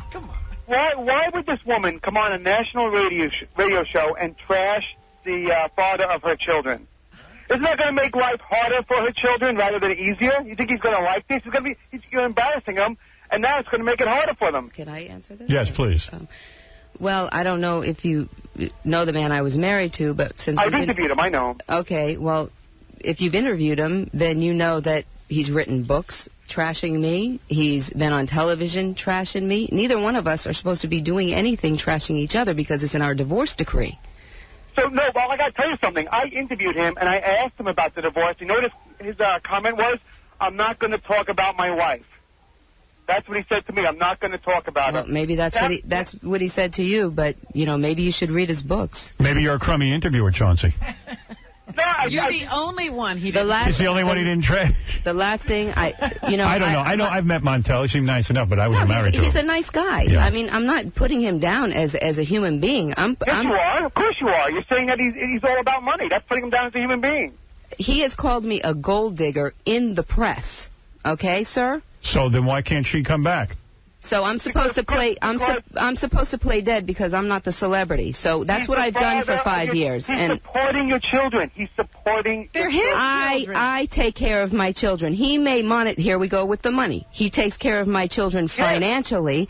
But how much, Chauncey? How much does he see my children? Oh, that's a good question. So much. How much does he see your children? Not very often. Give me in the last month. He's supposed to see them every other weekend. And does he see them every other weekend? No, he does not. When's the last time you saw the kids? Well, they just got to finally see him for Thanksgiving. That was it. When was the last time before that? Probably a month before. Wow. What do you hope to gain from this? What do you hope to gain from trashing him today? What do you want him to do now? She just doesn't want to be trashed, I guess. Yeah, I'm just tired of everybody having some image of me. This man went on True Hollywood Stories and basically said that I miss the applause, so that's why we got a divorce. He says that I left him because he has MS. That's why we got a divorce. So I'm here to clear up that we got a divorce because he got caught. Period.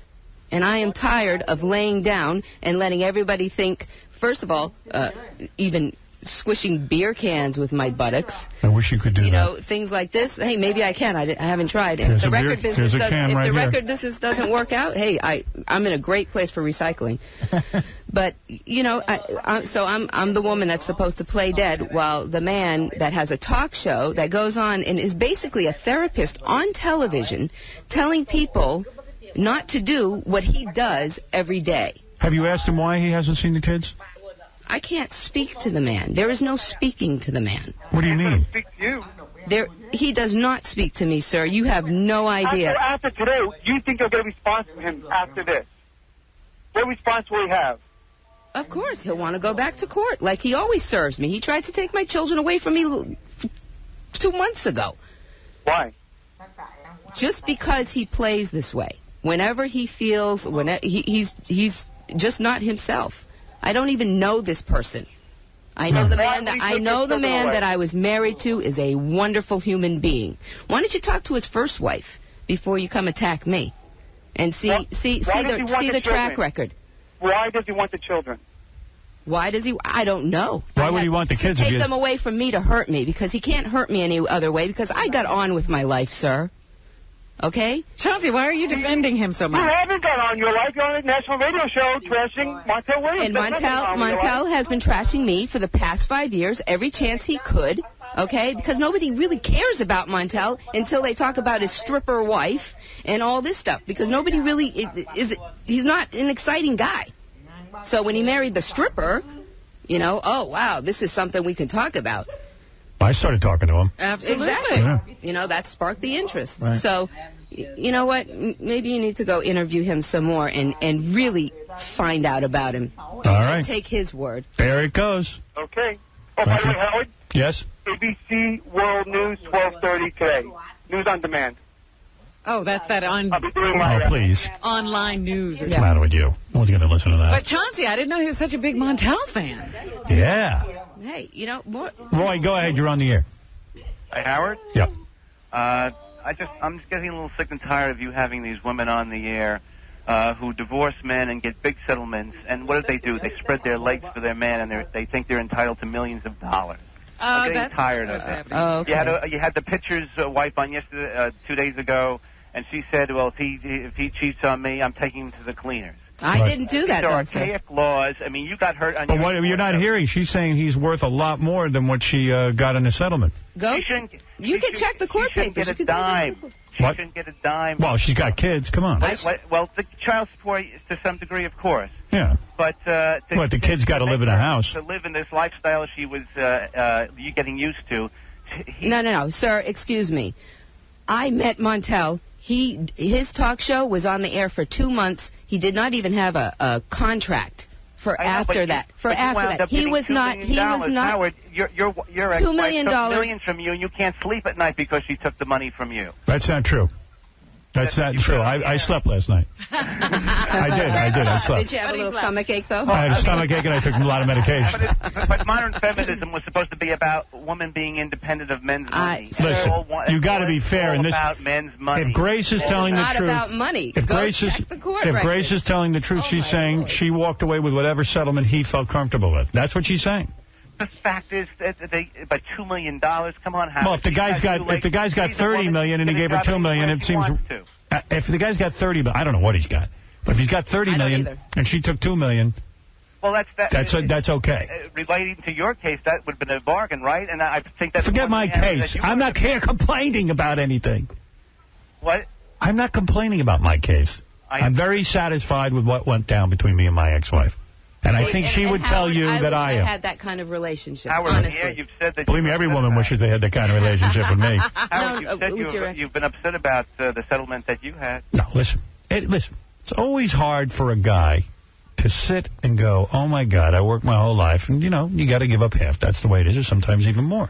Yeah, that's the fact But I worked my butt off every day with this man. I was with him 24 hours a day, working with him, right by his side. And he said it in interviews, in print, in everything. The reason I get out of bed every morning is because of my wife. My wife. Now, all of a sudden... He figured out how to get up without you. Yeah, exactly. You got an alarm clock. You're saying he gets out of bed and the wife ain't there. Yes, what is it, Baba? But, do we have to keep... I'm plugging him right now. But I do have one more question. Go ahead, Baba Booey. Do you think that Montell, because I'm looking at the notes, do you think that Montell exaggerates his MS? No, and that was Because here's the quote. The quote is, the man snowboards. I don't see Richard Pryor or Annette Funicello snowboarding or going to the gym every day. I don't see them going to nightclubs visiting zillions of girlfriends. Well, because, I definitely know that he is ill, okay? But a man of his illness and how he portrays it on television and to the public, and what he does, he's out all the time at every club. Right. Smoking the good stuff constantly. But he says he needs to do that because of the disease, doesn't he? That's what he says. He's That's the best medicine for him. It is the best medicine for him. But no, I have nothing. All right, well there it is. I got to tell you, I saw Montell out a few weeks ago it was Montell and 3 women. 3. Does he look ill? I'm not saying I should be so ill. That's what I'm saying. He is ill, but he does not follow the standards that you're supposed to. Yes, Marianne. Howard, I have to side with this girl because Montell Williams used to preach like he was such a righteous, holy roller, and then he cheats on his wife. It has nothing to do with money. It has to do with his behavior. He acted like he was a moral, upstanding talk show host, and then he does that. So she's in the right. All right. Right, girl. See his children. There you go, Marianne. Yes, Joey. Hey, Grace. Hey. You need to go back to having guys doing lines. Did you ever have guys do lines of coke off your ass? Never heard of it. Yeah, you dirty slut. Well, how do you know this? Prove it. She's a whore. How do you know that, Joey? You're living, you bitch. Who are you, Joey? You're living, you bitch. bitch. Who are you? With somebody else's name. Who are you? I'm me. I'm Joey Boots. Joey Boots. You go earn your own living. I do earn my own living. You dirty slut. Who, Robin or Grace? Oh, that's not what Grace. Not to Robin like that. Slut. Yeah, I haven't Robin. been called that in... Wow. Wow. Well, Grace, listen. Isn't Joey unemployed? Yes, I thought he was on disability. I am, you slut. All right, Joey has his feeling. Marianne has her feeling. Obviously, you're creating controversy, which I like. Oh, yeah, we like it rugged. Where's my red room?